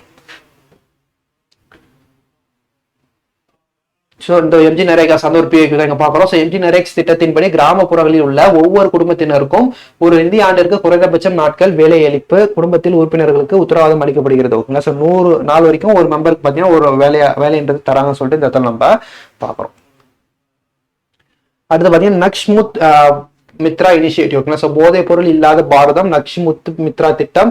ஸோ இந்த ஒரு திட்டத்திற்காக பார்த்தீங்கன்னா மக்களையும் பார்த்தீங்கன்னா இதுக்கே வாலண்டியர்ஸா எடுத்துட்டு வரணும். போதைப் பொருளுக்கு எதிராக பார்த்தீங்கன்னா மக்களையும் பார்த்தீங்கன்னா அவேர்னஸ் கிரியேட் பண்ண சொல்லிட்டு அதற்காக இந்த ஒரு திட்டம், இந்த ஒரு கேம்பெயினை ஸ்டார்ட் பண்ணியிருக்காங்க. ஸோ போதைப் பொருளுக்கு எதிராக கொண்டு வரப்பட்ட ஒரு திட்டம் அப்படின்னு சொல்லி நம்ம கொஸ்டின்ல கேட்கலாம். அதுக்கு பார்த்தீங்கன்னா நம்மளுக்கு நஷா முக்த் பாரத் அபியான் இந்த ஒரு திட்டத்தின் கீழே நமக்கு ஒரு ஆப்புமே லான்ச் பண்ணியிருக்காங்க. NMBA up 2.0 இந்த ஒரு திட்டத்தின் கீழே நம்ம இணைய விரும்பணும்னு நினைச்சீங்கன்னா இந்த ஒரு ஆப்ல போய் ரிஜிஸ்டர் பண்ணிட்டு அது மூலமா இந்திய அரசாங்கம் சார்பில் ஏதாவது விழிப்புணர்வு ஏற்படுத்தினா நம்ம போயிட்டு எல்லாம் பார்ட்டிசிபேட் பண்ணலாம்னு சொல்லிட்டு இந்த இடத்துல நம்ம பார்க்கலாம். போதைப் பொருளுக்கு எதிராக கொண்டு வரப்பட்ட ஒரு கேம்பெயின் சொல்லிட்டு இந்த நாஷா முக்த் பாரத் அபியான்ன்றதை நம்ம இந்த இடத்துல பார்க்கிறோம். ஸோ அடுத்து பார்த்தீங்கன்னா நம்மளுக்கு UN news and world report releases 2026 ஓகேங்களா. ஸோ அதாவது 2026 ஆண்டுக்கான அந்த பொருளாதார ரீதியாக நிலையான நாடுகளின் பட்டியல் வந்து ரிலீஸ் பண்ணியிருக்காங்க ஓகேங்களா. ஸோ அவங்க கிட்ட இருக்கிற அந்த சோர்ஸை எப்படி ப்ராப்பராக பயன்படுத்துறாங்க, எந்த ஒரு கிரைசிஸ் வந்தாலும் எந்த ஒரு பிரச்சனை வந்தாலும் அவங்க எப்படி நிலையா நிற்கிறாங்க அந்த பொருளாதாரத்தில், அவங்க ஷேர்ஸ் வந்து எப்பயுமே வந்து எப்படி மெயின்டைன் கரெக்டாக பண்றாங்கன்னு சொல்லிட்டு இதெல்லாம் வந்து கேல்குலேட் பண்ணி பார்த்தீங்கன்னா இந்த ஒரு ரிப்போர்ட் ரிலீஸ் பண்ணியிருக்காங்க. இந்த ஒரு பர்டிகுலர் ரிப்போர்ட்ல வந்து பார்த்தீங்கன்னா ஃபர்ஸ்ட் பிளேஸ்ல யார் இருக்காங்க சொல்லிட்டு பார்க்கணும் நம்மளுக்கு யுனைடெட் அரபிக் எமிரேட்ஸ் ஓகேங்களா. ஸோ ஐக்கிய அரபு அமீரகம் தான் இருக்காங்க. ஸோ இவங்க எந்த ஒரு நிலையிலும் பார்த்தீங்கன்னா அவங்களோட பொருளாதாரத்தை டவுன் பண்ண விடாம கரெக்டா வந்து ப்ராப்பரா மெயின்டைன் பண்றாங்கன்னு சொல்லிட்டு அந்த ஒரு விதத்துல இவங்க ஃபர்ஸ்ட் பிளேஸ்ல இருக்காங்க ஓகேங்களா. ஸோ அதை தொடர்ந்து சுவிட்சர்லாந்து இருக்காங்கன்னு சொல்லிட்டு பாக்குறோம். ஸோ இந்தியாவோட ரேங்கிங்ல பொறுத்த வரைக்கும் நம்மளுக்கு 47th பிளேஸ் ஓகேங்களா. ஸோ ஃபர்ஸ்ட் டாப் ரேங்கிங்ஸ்ல இல்ல ஒரு ஏஷியன் கண்ட்ரிஸ் கூட இல்லைன்னு சொல்லிட்டு இந்த இடத்துல நம்ம பாக்குறோம். அடுத்து பாத்தீங்கன்னா நம்மளுக்கு வெளிப்படையான மாநில நிர்வாகத்திற்கான அந்த ஆயுஷ் அனுதன் இணையதளத்தை மத்திய அமைச்சர் பிரதாப் ராவ் ஜாதவ் தொடங்கினார் சொல்லிட்டு பாக்குறோம். ஆயுஷ் அனுதன் போர்ட்டல்ன்றது பாத்தீங்கன்னா அந்த ஆயுஷ் மினிஸ்ட்ரி இருக்கு இல்லையா, ஹெல்த் மினிஸ்ட்ரி, இந்த ஒரு மினிஸ்ட்ரி கீழே வந்து பாத்தீங்கன்னா எந்த ஒரு திட்டங்கள் புதுசா கொண்டு வந்தாலும் அது மக்களை கரெக்டா போய் ரீச் ஆகுதா, கரெக்டா வந்து மக்களுக்கு வந்து போய் சேருதா சொல்லிட்டு எவ்வளவு பேர் இதுல பயனாளிகளா இருக்காங்க சொல்லி இதை வந்து உடனுக்குடன் தெரிஞ்சு கொள்வதற்காக பாத்தீங்கன்னா இந்த ஒரு போர்ட்டல் வந்து லான்ச் பண்ணிருக்காங்க. பர்டிகுலரா பாத்தீங்கன்னா அந்த ஹெல்த் மினிஸ்ட்ரிக்கு மட்டும் ஆயுஷ் போர்ட்டல் மட்டும் பாத்தீங்கன்னா நம்மளுக்கு லான்ச் பண்ணிருக்காங்கன்னு சொல்லிட்டு இந்த இடத்துல நம்ம பார்க்கணும். அடுத்து பார்த்தீங்கன்னா சிங்கப்பெண் சிறப்பு அதிரடிப்படை கவர்மெண்ட் ஷாப்ல ஸ்டார்ட் பண்ண சொல்லிருக்காங்க. இது வந்து நம்மளுடைய முதலமைச்சர் விஜய் கீழே வந்து இயங்கக்கூடிய ஒரு படையான்றது இருக்கு. இதற்கான அந்த டிபார்ட்மெண்ட் வைஸா இதற்கான ஹெட் ஐஜி வந்து அப்பாயின்மெண்ட் பண்ணிருக்காங்க. அவங்களோட பேர் என்ன சொல்லிட்டு பார்ப்போம் நம்மளுக்கு பவானீஸ்வரி அவர்கள். ஐஜி பவானீஸ்வரி அவர்கள் தான் பார்த்தீங்கன்னா நம்மளுக்கு அந்த ஒரு சிங்கப்பெண் பாதுகாப்பு படையோட ஆபீசர் ரீதியாக தலைமை அதிகாரியை வந்து நியமனம் பண்ணிருக்காங்கன்னு சொல்லிட்டு இந்த இடத்துல நம்ம பார்க்கிறோம். அடுத்து பாத்தீங்கன்னா தரமற்ற மற்றும் போதைப் பொருள் விற்பனையை கண்காணிக்க இந்தியாவின் முதல் டிஜிட்டல் தளத்தை கர்நாடகா அறிமுகம் செய்துள்ளது ஓகேங்களா. ஸோ தரமற்ற மருந்துகள், எக்ஸ்பிரி ஆன மருந்துகள் இதெல்லாம் வந்து கண்காணிப்பதற்காக ட்ராக் செய்வதற்காக பாத்தீங்கன்னா முதல் முறையா இந்தியாவிலும் பாத்தீங்கன்னா நம்மளுக்கு அந்த ஒரு அமைப்பை வந்து உருவாக்கியிருக்காங்க. டிஜிட்டல் தளத்தை யாருன்னு சொல்லிட்டு பார்க்கணும், கர்நாடக அரசாங்கம் சொல்லிட்டு இந்த இடத்துல நம்ம பார்க்கணும். ஸோ இது சார்ந்த பிஐக்கு ஒரு போர்ட்டல் சார்ந்த பிஐக்கு தான் இது. ஸோ அந்த வகையில் பார்த்தீங்கன்னா which ministry launch the digital platform intelligent platform and Chakshu facility and Sanchar Saathi portal ஓகேங்களா. ஸோ எந்த அமைச்சகம் ஷாஞ்சார் ஷாதி போர்ட்டலில் டிஜிட்டல் நுண்ணறிவு தளம் மற்றும் சாக்ஷு வசதியை தொடங்கி உள்ளதுன்னு சொல்லிட்டு பார்க்குறோம் ஓகேங்களா. ஸோ இதுக்கான ஆன்சர் வந்து நம்மளுக்கு ministry of communication and information ஓகேங்களா. ஸோ தகவல் தொடர்பு அமைச்சகம் சொல்லிட்டு இந்த இடத்துல நம்ம பார்க்குறோம். ஸோ அடுத்து பார்த்தீங்கன்னா நமக்கு union minister Virendra Kumar to launch Jeevan app and Sadayu dashboard ஓகேங்களா. ஜீவன் செயலி மற்றும் சதாயு டேஷ்போர்டை மத்திய அமைச்சர் வீரேந்திர குமார் தொடங்கி வைக்கிறார் சொல்லிட்டு பார்க்குறோம். ஸோ ஜீவன் மொபைல் அப்ளிகேஷனையும் சதாயு டேஷ்போர்டையும் ஸ்டார்ட் பண்ணாங்க. ஜீவன் ஆப் எதற்கான ஒரு ஆப்னு சொல்லிட்டு பார்ப்போம். நம்மளுக்கு முதியோர்களுக்கான ஒரு ஒருங்கிணைந்த டிஜிட்டல் உதவியாளராக செயல்பட்டு அரசின் நலத்திட்டங்கள் குறிப்பாக அந்த பென்ஷன் ஸ்கீம்ஸ், முதியோர்களுக்காக ஏதாவது திட்டம் இருந்துச்சுன்னா அதை பத்தி முதியோர்கள் தெரிஞ்சு வைப்பதற்காக, அதற்கான இப்போ பென்ஷன் அவங்க அக்கௌண்ட்ல கிரெடிட் ஆயிடுச்சுன்னா அதை போய் எடுங்கன்னு சொல்லிட்டு ரிமைண்டர் கொடுக்கறதுக்காக, அலர்ட் மெசேஜ் கொடுக்கறதுக்காக பாத்தீங்கன்னா இந்த ஜீவன் ஆப் குறிப்பா முதியோர்களின் நலனுக்காக ஸ்டார்ட் பண்ணிருக்காங்க சொல்லிட்டு இந்த இடத்துல நம்ம பாக்குறோம். அதை தொடர்ந்து சதாயு போர்ட்டல், சதாயு தளம் என்பது முதியோர் பராமரிப்பு தரவுகளை நிர்வகிக்கும் தளமாகும். இதுவுமே பாத்தீங்கன்னா நம்மளுக்கு சீனியர் சிட்டிசன்ஸ்க்காக உருவாக்கப்பட்ட ஒரு தளம் தான் சொல்லிட்டு இந்த இடத்துல நம்ம பாக்குறோம். அவங்க வந்து பராமரிக்கக்கூடிய பராமரிப்பாளர்கள் ஓகேங்களா. இன்கேஸ் வந்து அந்த வீட்டுல எல்லாருமே வந்து ஓகேங்களா பேரண்ட்ஸ் எல்லாருமே வந்து பாத்தீங்கன்னா பிள்ளைகள், அவங்களுடைய அந்த முதியோர்களுடைய பிள்ளைகள் எல்லாருமே வேலைக்கு போற மாதிரி இருந்துச்சுன்னா அவங்களை பராமரிக்கக்கூடிய ஆள் யாருமே இல்லாத சிச்சுவேஷன்ல இந்த ஒரு சதாயு ஓகேங்களா, அந்த சதாயு போர்ட்டலை பயன்படுத்தி அந்த ஒரு பராமரிப்பாளரை வந்து நம்ம கான்டாக்ட் பண்ணி அது மூலமா அவங்களுக்கான பராமரிப்பாளரை நியமனம் பண்றதுதான் இந்த ஒரு போர்ட்டலோட முக்கியமான அம்சமா இந்த இடத்துல நம்ம பார்க்கறோம். ஸோ ஆப்ஸ் அந்த ஒரு பிஐக்கு தான் சென்ட்ரல் கவர்மெண்ட் சைட்ல லான்ச் பண்ணப்பட்ட ஆப்போட அந்த யூசேஜ் கேட்டிருக்காங்க ஓகேங்களா. அந்த வகையில் பார்க்கும்போது நம்மளுக்கு பீம் ஆப் சொல்லிட்டு பார்க்கும்போது நம்மளுக்கு for using Aadhaar platform and then பார்த்தீங்கன்னா சஹி ஆப் சொல்லிட்டு பார்க்கும்போது நம்மளுக்கு for nurturing women entrepreneurs and then பார்த்தீங்கன்னா சுகாந்த் யாத்ரா ஆப். இது வந்து பார்த்தீங்கன்னா நம்மளுக்கு நெடுஞ்சாலையை பயன்படுத்துவதற்கான ஒரு ஆப்பா இந்த இடத்துல நம்ம பார்க்குறோம். பாத்தீங்கன்னா இந்தியாவின் பிறப்பு விகிதம் மற்றும் குழந்தை இறப்பு விகிதம் குறைவு எதன் மூலமா கண்டுபிடிச்சிருக்காங்க, SRS report, sample registration survey சொல்லிட்டு நம்மளுடைய ரெஜிஸ்ட்ரேஷன் ரிப்போர்ட் மட்டும் பாத்தீங்கன்னா இந்த ஒரு ரிப்போர்ட்டை அந்த சர்வே முன்னாடி இதை வந்து எடுத்து வச்சிருவாங்க ஓகேங்களா. அந்த ஒரு சென்சஸ் நடக்குது இல்லையா, அந்த சென்சஸ்க்கு முன்னாடி வந்து பாத்தீங்கன்னா 2011 கலெக்ஷன் வந்திருக்கு. ஸோ அதுக்கப்புறம் 2021 கொரோனா பீரியட்ல நடக்க முடியாத சுச்சுவேஷன்ல இப்போ 2026, 27 நடக்க போகுது. அதுக்கு முன்னாடி நமக்கு டேட்டாஸ் தேவைப்படும், கவர்மெண்டோட அந்த ஒரு ஸ்கீம்ஸ் எதாவது அமல்படுத்துறாங்கன்னா சொல்லிட்டு ஒரு டேட்டா வந்து தேவை இல்லையா, இப்போதைக்கு எவ்வளவு மக்கள் தொகை என்ற இருக்கு, இறப்பு விகிதம் எவ்வளவு இருக்குன்னு சொல்லிட்டு அதை சார்ந்த ஒரு ரிப்போர்ட் வேணும் இல்லையா. அதுக்காக பாத்தீங்கன்னா நம்மளோட ரெஜிஸ்ட்ரேஷன் டிபார்ட்மெண்ட் ஒரு டெம்பரரியா அந்த ஒரு SRS சர்வே எடுப்பாங்க. அந்த வகையில் 2024 எடுத்த அந்த சர்வே படி பாத்தீங்கன்னா நம்மளுக்கு பர்த் ரேட், டெத் ரேட் வந்து ஆக்சுவலா பர்த் ரேட் வந்து டிராப் ஆயிருக்கும் ஓகேங்களா. பர்த் ரேட் வந்து பாத்தீங்கன்னா 1000 பிறப்புகள் ஓகேங்களா. இதுல வந்து பார்க்கும்போது நம்மளுக்கு 21 இருந்து 18.3 குறைஞ்சிருக்கு ஓகேங்களா. அந்த பாத்தீங்கன்னா நம்மளுக்கு இறப்புகள் இன்ஃபான்ட் மோர்டாலிட்டி ரேட் சொல்லிட்டு பார்க்கும்போது நம்மளுக்கு 39 இருந்து 24 குறைஞ்சிருக்கு. 1000 பிறப்புகளுக்கு 24 குழந்தைகளை இறக்குறாங்கன்னு சொல்லிட்டு இந்த ஒரு ரேட்மே நம்மளுக்கு இந்தியா அளவுல குறைஞ்சிருக்குன்னு சொல்லிட்டு இந்த இடத்துல நம்ம பார்க்கலாம். இதுல லீடிங்கா அதாவது இந்த ஒரு பர்டிகுலர் ஐஎம்ஆர் ரேட்ல நல்ல சிறந்து விலகக்கூடிய மாநிலமா எந்த ஒரு மாநிலம் இருக்குன்னு சொல்லிட்டு பார்க்கணும். நம்மளுக்கு கேரளா தான். கேரளால வெறும் 1000 குழந்தைகளுக்கு 8 குழந்தைகள் மட்டும் தான் இறக்குறாங்கன்னு சொல்லிட்டு பார்க்கறோம். அதனை தொடர்ந்து 2வது பொசிஷன்ல நம்மளுடைய தமிழ்நாடு இருக்காங்கன்னு சொல்லிட்டு இந்த இடத்துல நம்ம பார்க்கறோம். ஓகேப்பா, நெக்ஸ்ட் வந்து பார்க்கும்போது தமிழ்நாட்டின் மகப்பேறு சுகாதார குறியீடுகள் கணிசமான மேம்பாட்டு உள்ளது ஐஐடி மெட்ராஸ் ஆய்வில் தெரிய வந்துள்ளது. ஓகேங்களா, அதாவது இந்த எம்எம்ஆர் ரேட், அதாவது பிரசவத்தின் போது தாய்மார்கள் இருக்கக்கூடிய இந்த விகிதம் தான் இந்த எம்எம்ஆர் ரேட்னு சொல்லிட்டு சொல்லுவாங்க, மேட்டர்னல் மோர்டாலிட்டி ரேட்டு. இந்த ஒரு ரேட்டை பொறுத்த வரைக்கும் பாத்தீங்கன்னா 2017 கம்பேர் பண்ணும்போது 2024 19% அளவுக்கு குறைஞ்சிருப்பா. ஓகே, ஸோ 19% அளவுக்கு குறைஞ்சிருக்கிறது இந்த இடத்துல நம்ம பார்க்குறோம். ஸோ கிட்டத்தட்ட பார்த்தீங்கன்னா நம்மளுக்கு 1 லட்சம் பிறப்புகளுக்கு வெறும் 37 பேர் தான் இது மூலமா இறக்குறாங்கன்னு சொல்லிட்டு நம்ம இந்த டேட்டால பாக்குறோம். இது எந்த வச்சு இந்த ஒரு ஐஐடி மெட்ராஸ் இந்த ரெக்கார்ட் எடுக்கிறாங்கன்னா 108 எமர்ஜென்சி சர்வீஸ் இருக்கு, ஆம்புலன்ஸ் சர்வீஸ். இந்த ஒரு ஆம்புலன்ஸ் சர்வீஸ்ல போகும்போது அப்போ அவங்க ரெக்கார்ட்லாம் நோட் பண்ணுவாங்க. அந்த நோட் பண்ணும்போது பாத்தீங்கன்னா அப்ப யாரா இறந்துட்டாங்கன்னா அதை வச்சு தான் இந்த ரெக்கார்ட் எடுத்திருக்காங்க. ஸோ இது ஐஐடி மெட்ராஸ் எடுக்கப்பட்ட ஒரு தகவல் சொல்லிட்டு இந்த இடத்துல நம்ம பார்ப்போம். ஸோ அடுத்து பார்த்தீங்கன்னா நம்மளுக்கு India's first AI power digital banking branch inaugurated in Guwahati. ஓகேங்களா, ஸோ கவுஹாத்தியில் இந்தியாவின் முதல் ஏஆல் இயங்கும் டிஜிட்டல் வங்கி கிளை தொடங்கும் சொல்லிட்டு பார்க்குறோம். இந்த டிஜிட்டல்னா அப்படின்னு சொல்லிட்டு டிஜிட்டல் கேள்விப்பட்டிருக்கோம். டிஜிட்டல்னா என்ன சொல்லிட்டு பார்க்கணும், நம்மளுக்கு ஏஐ தொழில்நுட்பத்தால் வித் டிஜிட்டலோட இணைந்து பார்த்தீங்கன்னா இந்த ஒரு டெக்னாலஜி அமல் பண்ணுறதுனால இது வந்து டிஜிட்டல் சொல்லிட்டு இதுக்கு பேர் வச்சிருக்காங்க.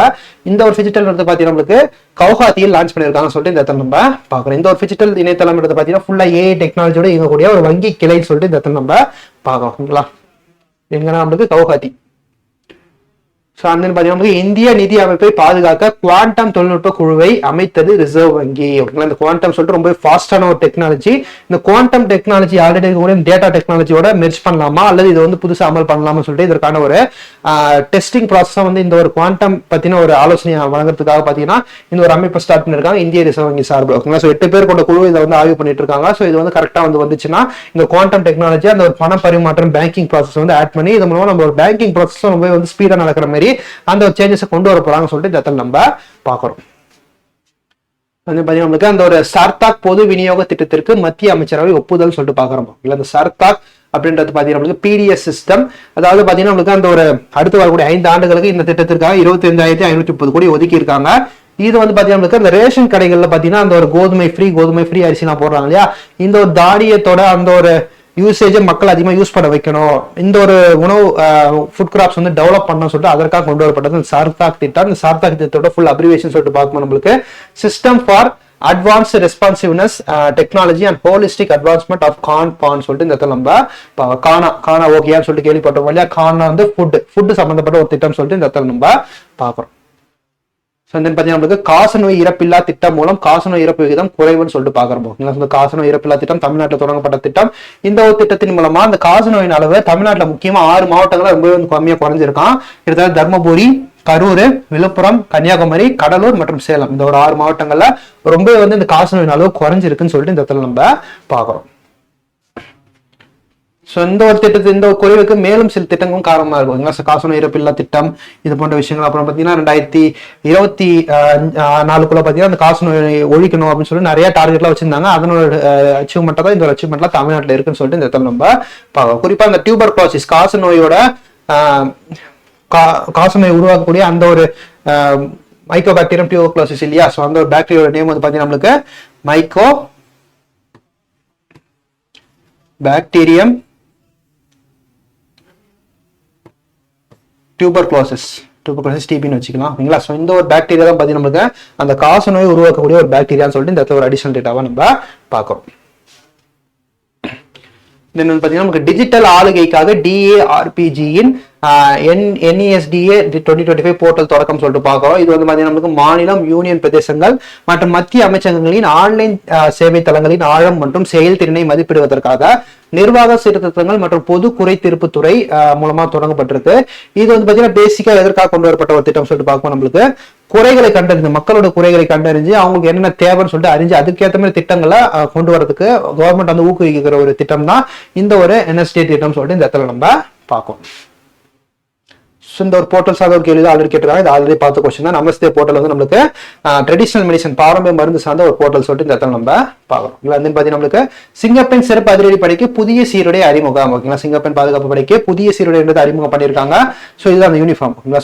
நேவி ப்ளூ ஷர்ட் காக்கி பேண்ட் சொல்லிட்டு இந்த இடத்துல நம்ம பார்க்கணும். ஸோ இதோட பார்த்தீங்கன்னா நம்மளுக்கு அந்த unit 5 topic development administration and economy topic முடிஞ்சிச்சு. ஸோ அடுத்து பார்த்தீங்கன்னா நமக்கு யூனிட் 6 டாபிக்கை பார்த்துருவோம்.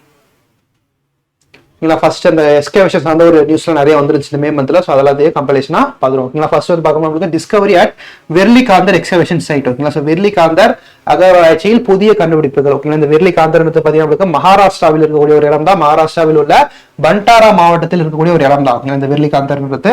இங்க தான் பார்த்தீங்கன்னா 2500 ஆண்டுகள் பழமையான பெருங்கற்கால ஈம சின்னங்கள் வந்து மற்றும் கல்வெட்டங்கள் வந்து கண்டுபிடிக்கப்பட்டிருக்குன்னு சொல்லிட்டு இந்த இடத்துல நம்ம பார்க்கணும்.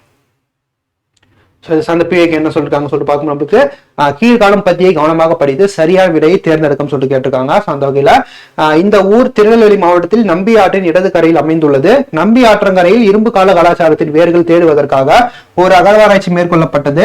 இது பழங்கால பொருட்களுக்கு பெயர் பெற்ற ஒரு செழிப்பான தொல்லியல் இடம் இவ்விடத்தின் பெயர். இது எல்லாமே பாத்தீங்கன்னா அந்த ஊரோட அந்த ஒரு குவாலிட்டிஸ் எல்லாம் கொடுத்துட்டாங்க. இது என்ன ஊருன்னு நம்மளுக்கு கண்டுபிடிக்க சொல்றாங்க. இப்படியே நம்மளுக்கு கொஸ்டின்ஸ்ல கேட்கறாங்க டிஎன்பிஎஸ்சில. ஸோ அதுக்கு ஆன்சர் நம்மளுக்கு துளுக்கர்பட்டின்னு சொல்லிட்டு இந்த இடத்துல நம்ம பார்க்கணும். அடுத்தது பாத்தீங்கன்னா நம்மளுக்கு குற்றால மலைகளில் 100 ஆண்டுகளுக்கு பிறகு வாசிக்கப்பட்ட பழமையான கல்வெட்டு அப்படின்னு சொல்லிட்டு பாக்குறோம். சோ அதாவது பாத்தீங்கன்னா இந்த ஒரு கல்வெட்டு பாத்தீங்கன்னா நம்மளுக்கு 1917 வந்து கண்டுபிடிச்சிட்டாங்க இந்த ஒரு கல்வெட்டை. ஆனா இதுல என்ன லெட்டர்ஸ் இருக்குன்னு சொல்லிட்டு யாராலையும் வந்து மீனிங் கண்டுபிடிக்க முடியல, எந்த மொழின்னு சொல்லிட்டு கண்டுபிடிக்க முடியல. இது வந்து பாத்தீங்கன்னா இப்போ இந்த ஒரு டைம்ல பாத்தீங்கன்னா 100 ஆண்டுகள் கழித்து பாத்தீங்கன்னா பாலகிருஷ்ணன் மற்றும் பாவேந்தன் இவங்க 2 பேரும் பாத்தீங்கன்னா 2.5 years ஆண்டுகள் பாத்தீங்கன்னா இதை ஆய்வு செஞ்சு இதை வந்து பாத்தீங்கன்னா சன்னியாசி புடவு கேவல் வந்து இருக்கு இந்த ஒரு பர்டிகுலர் கல்வெட்டுன்றது. இது வந்து பாத்தீங்கன்னா பிரகிருத மொழியை சேர்ந்தது, பிரகிருதம் பிராமி எழுத்து முறையை சேர்ந்தது. இதுல பாத்தீங்கன்னா 15 எழுத்துக்களில் 14 அடையாளம் இவங்க கண்டு உள்ளார்கள் சொல்லிட்டு இந்த இடத்துல நம்ம பாக்குறோம். மொத்தமா இருக்கக்கூடிய இந்த 15 லெட்டர்ஸ்ல 14 லெட்டர்ஸோட மீனிங் என்றது இவங்க கண்டுபிடிச்சிட்டாங்க சொல்லிட்டு இந்த இடத்துல நம்ம பார்க்கணும். அடுத்து பாத்தீங்கன்னா 50,000 ஆண்டுகள் பழமையான கற்கருவி கண்டுபிடிக்கப்பட்டிருக்காங்க. எங்க கண்டுபிடிக்கப்பட்டிருக்கு? கடலூர் மாவட்டம் பண்ருட்டி அருகே உள்ள தென்பெண்ணை ஆற்றில் சுமார் 50,000 ஆண்டுகள் பழமையான வரலாற்று முந்தைய கால கற்கருவி எடுத்து கண்டுபிடிச்சிருக்காங்க சொல்லிட்டு பாக்குறோம். அது மட்டும் இல்லாம கண்டரக்கோட்டை கிராமத்திற்கு அருகில் கண்டறியப்பட்ட இந்த பர்டிகுலர் பழங்கால பொருள் என்றது பாத்தீங்கன்னா பழைய கற்காலத்தை சேர்ந்த ஒரு வேட்டை கருவி அல்லது ஆயுதம் என்று ஆராய்ச்சியாளர்கள் கண்டுபிடிச்சு உள்ளார்கள் சொல்லிட்டு இந்த இடத்துல நம்ம பாக்குறோம். இதுக்கு அந்த பிஏக்கு என்ன சொல்லியிருக்காங்க சொல்லிட்டு பார்க்கும்போது நம்மளுக்கு எந்த புதைப்பொருள் ஆராய்ச்சி தமிழகத்திற்கும் ரோமாபுரிக்கும் இடையிட்ட கல் வாணிகத்தின் விரிவையும் வளத்தையும் பெரிதும் விலக்கி காட்டுகிறது. இதுக்கான ஆன்சர் நம்மளுக்கு அறிக்கை மேலும் சொல்லிட்டு இந்த இடத்துல நம்ம பாக்குறோம். சோழ காலத்தில் லைடன் செப்பு பட்டயங்கள் மீட்பு. இது நெதர்லாந்துல இருந்து நம்மளோட பிரைம் மினிஸ்டர் அவர்கள் அந்த சுற்றுலா பயணம் போகும்போது பாத்தீங்கன்னா அதை மீட்டுட்டு வந்திருப்பாரு. இது தமிழ்நாட்டை சேர்ந்த சோழ காலத்துல அந்த ஒரு லைடன் கல்வெட்டு. இது பாத்தீங்கன்னா நம்மளுக்கு அந்த ஒரு டேனிஷ் அந்த ஒரு பீரியட் பாத்தீங்கன்னா நம்மளுக்கு அந்த ஒரு ஃபாதரியார் ஒருத்தர் வந்து பாத்தீங்கன்னா நெதர்லாந்து கொண்டு போயிட்டு இருப்பாரு. சோ அதை மீட்டு வந்து பாத்தீங்கன்னா நிறைய முன்முயற்சிகள் வந்து இந்திய அரசாங்கம் எடுத்திருப்பாங்க. ஆனா அது இப்பதான் பாத்தீங்கன்னா தமிழ்நாட்டுக்கு திரும்பி வருது. இந்த ஒரு பர்டிகுலர்ல வந்து பாத்தீங்கன்னா என்ன ஒரு விஷயம் இருக்குன்னு சொல்லிட்டு பார்க்கும்போது நம்மளுக்கு ராஜராஜ சோழன் இருக்காரு இல்லையா, அவர் வந்து பாத்தீங்கன்னா நம்மளுக்கு ஜாவா அதாவது இந்தோனேஷியா மன்னர் கிங் மார விஜயோடோதங்கா வர்மன் ஓகேங்களா, இவர்களுக்கு பாத்தீங்கன்னா கோவில் கட்டுவதற்கு தமிழ்நாட்டுல ஒரு நிலம் வந்து தானமா கொடுத்திருப்பாரு. இந்த ஒரு பர்டிகுலர் செய்தி இந்த ஒரு லைடன் கல்வெட்டுல இருக்குன்னு சொல்லிட்டு இந்த இடத்துல நம்ம பாக்குறோம். அடுத்து பாத்தீங்கன்னா ஜார்க்கண்டில் 3200 ஆண்டுகள் பழமையான பண்டைய குடியிருப்பு கண்டுபிடிப்புன்னு சொல்லிட்டு பாக்குறோம். ஜார்க்கண்ட்ல எந்த ஏரியால கண்டுபிடிச்சிருக்காங்கன்னா அசாரிபக் மாவட்டம். ஓகேங்களா, அசாரிபக் மாவட்டத்துல மொஹனே நதி படுகையில் பாத்தீங்கன்னா இந்த ஒரு பர்டிகுலர் விஷயத்தை வந்து கண்டுபிடிச்சிருக்காங்க சொல்லிட்டு இந்த இடத்துல நம்ம பார்க்கணும். இந்த இடத்துல வந்து பாத்தீங்கன்னா நம்மளுக்கு ஆரம்ப கால வரலாற்று காலத்தை சேர்ந்த வட இந்திய கருப்பு மெருகூட்டப்பட்ட மட்பாண்டங்கள் மற்றும் புத்தர், தாரா, அவலோகீஸ்வரர், பிரம்மா, விஷ்ணு, மகேஷ் மற்றும் கணேசர் ஆகியோரின் சிலைகளும் பாத்தீங்கன்னா இங்க கண்டெடுக்கப்பட்டுள்ளதுன்னு சொல்லிட்டு இந்த இடத்துல நம்ம பார்க்கணும். ஓகேப்பா, இதுதான் வந்து மே மந்த்ல பதிவான முக்கியமான அந்த யூனிட் 6 டாபிக்ல அகழ்வாராய்ச்சி சார்ந்த ஒரு தகவல் பார்த்தாச்சு. ஸோ ஃபைனலாக பாத்தீங்கன்னா மிஸ்செலேனியஸ் டாபிக்ஸ் பார்த்துடலாம். மிஸ்செலேனியஸ் டாபிக்ஸ் பொறுத்த வரைக்கும் பாத்தீங்கன்னா நம்மளுக்கு 2026 கிளாஸ்கோ காமன்வெல்த் கேம்ஸ் 2027 அந்த கிளாஸ்கோ காமன்வெல்த் கேம்ஸ்ன்றது பதக்கங்கள் அறிமுகம் சொல்லிட்டு பார்க்கிறோம். அந்த வகையில பாத்தீங்கன்னா ஸ்காட்லாந்தின் கிளாஸ்கோ நகரில் இந்த ஆண்டு அதாவது நடைபெற உள்ள 23வது காமன்வெல்த் போட்டி 2030 பாத்தீங்கன்னா நம்மளுக்கு 4 வருஷத்துக்கு முதல்ல இந்த காமன்வெல்த் போட்டி நடைபெறும்பா. ஸோ இந்த ஒரு போட்டி 2030 நம்மளுக்கு இந்தியாவில் நடைபெற போகுதுன்னு சொல்லிட்டு இந்த இடத்துல அடிஷனல் டேட்டாவை பார்க்குறோம். இந்தியாவில் வந்து பாத்தீங்கன்னா அகமதாபாத்ல வந்து நடைபெற போகுதுன்னு சொல்லிட்டு இந்த இடத்துல நம்ம பார்க்குறோம். ஸோ இந்த ஒரு மெடல், அதாவது இந்த காமன்வெல்த் போட்டி இந்த ஒரு வருடம் 2026 எடிஷன் பார்த்தீங்கன்னா நமக்கு கிளாஸ்கோ நகரில் நடைபெற போகுது இல்லையா. ஸோ இதுல என்ன புதுமையான கண்டுபிடிச்சிருக்காங்கன்னா, அந்த பிரெய்லி வடிவம், அந்த கண் தெரியாதவர்களா இருக்காங்க இல்லையா, பார்வை மாற்றுத்திறனாளிகள், அவங்க வந்து படிக்கிற லாங்குவேஜ் தான் இந்த பிரெய்லி முறை. இந்த பிரெய்லி முறையை பார்த்தீங்கன்னா அந்த மெடல் வந்து பொறிக்கப்பட்டுள்ளது. இதன் மூலமா வந்து பார்த்தீங்கன்னா அந்த பார்வை மாற்றுத்திறனாளிகள் பார்த்தீங்கன்னா அந்த ஒரு மெடல்ல என்ன இருக்குன்னு சொல்லிட்டு தெரிஞ்சுக்கலாம்னு சொல்லிட்டு அதற்காக இந்த ஒரு புதிய முன்னெடுப்பு எடுத்திருக்காங்கன்னு சொல்லிட்டு இந்த இடத்துல நம்ம பார்க்கணும். ஸோ அது பார்த்தீங்கன்னா 1923 இந்தியாவில் கொண்டாடப்பட்ட முதல் மே தினம். ஓகேங்களா. ஸோ முதல் மே தினம் பார்த்தீங்கன்னா நம்மளுக்கு 1923 இம்பார்ட்டன்ட் டே வந்து இடத்துல பார்க்குறோம். ஸோ மே 1 நம்மளோட லேபர்ஸ் டே இல்லையா, அது வந்து எப்படி வந்துச்சுன்னா பல போராட்டங்கள். இப்போ நம்ம மே 1 ஈஸியாக லீவ் எடுத்துக்கிறோம். ஆனா எப்படி வந்துச்சுன்னு சொல்லிட்டு பார்த்தா நிறைய போராட்டங்கள், நிறைய விஷயங்கள். முக்கியமா இதுல பெரும்பங்கு ஆற்றியவர் பார்த்தீங்கன்னா சிங்காரவேலர் அவர்கள். ஓகேங்களா. இவரோட முன்னெடுப்பால் தான் பார்த்தீங்கன்னா அந்த மே 1 1923 முதல் பார்த்தீங்கன்னா அந்த லேபர் டேன்றது அனுசரிக்கப்படுகிறது. ஸோ இதுக்கு பப்ளிக் ஹாலிடேன்றது நம்மளுக்கு CN அண்ணாதுரை அவர்களுடைய பீரியட்ல 1967 அறிவிச்சிருப்பாங்கன்னு சொல்லிட்டு இதை நம்ம பார்க்குறோம். ஓகேங்களா. ஸோ அதை பத்தி நம்மளுக்கு plus world press freedom day. ஓகேங்களா. உலக பத்திரிகை தினம் பார்த்தீங்கன்னா நம்மளுக்கு மே 3 அனுசரிக்கிறோம். பத்திரிகை சுதந்திர தினம். ஓகேங்களா. ஸோ பத்திரிகை தான் பார்த்தீங்கன்னா ஒரு பொதுமக்களுக்கும் கவர்மெண்ட்டுக்கும் இடைப்பட்ட ஒரு பிரிட்ஜா வந்து வேலை செய்யுது. கவர்மெண்ட் எப்படி கரெக்டா இயங்குதா, நம்ம அதால தேர்ந்தெடுக்கப்பட்ட கவர்மெண்ட் கரெக்டா இயங்குதான்னு சொல்லிட்டு அதற்கேற்ற பாலமா வேலை செய்யக்கூடியது அந்த பிரஸ்ன்றது நம்ம பார்க்குறோம். இந்த பிரஸ் வந்து சுதந்திரமா வேலை செய்யணும். கண்டிப்பா அந்த பிரஸ் சுதந்திரமா இருந்தாலும் அந்த இடத்துல கவர்மெண்ட்ன்றது கரெக்டா நடக்கும். கவர்மெண்ட் கரெக்டா நடந்தாலும் அந்த நாட்டில் உள்ள மக்கள் அனைவரும் ரொம்ப மகிழ்ச்சியா இருப்பாங்க இல்லையா. ஸோ அதனால பார்த்தீங்கன்னா இதை வந்து வலியுறுத்தும் விதமாக தான் இந்த உலக பத்திரிகை சுதந்திர தினம் மே 3 அனுசரிக்கப்படுகிறது. இதற்கான முக்கியமான கருப்பொருள் தீம் என்னன்னு சொல்லிட்டு பார்க்கும்போது இந்த ஆண்டுகளுக்கு அமைதியான எதிர்காலத்தை வடிவமைத்தல் சொல்லிட்டு இந்த இடத்துல நம்ம பார்ப்போம். One second.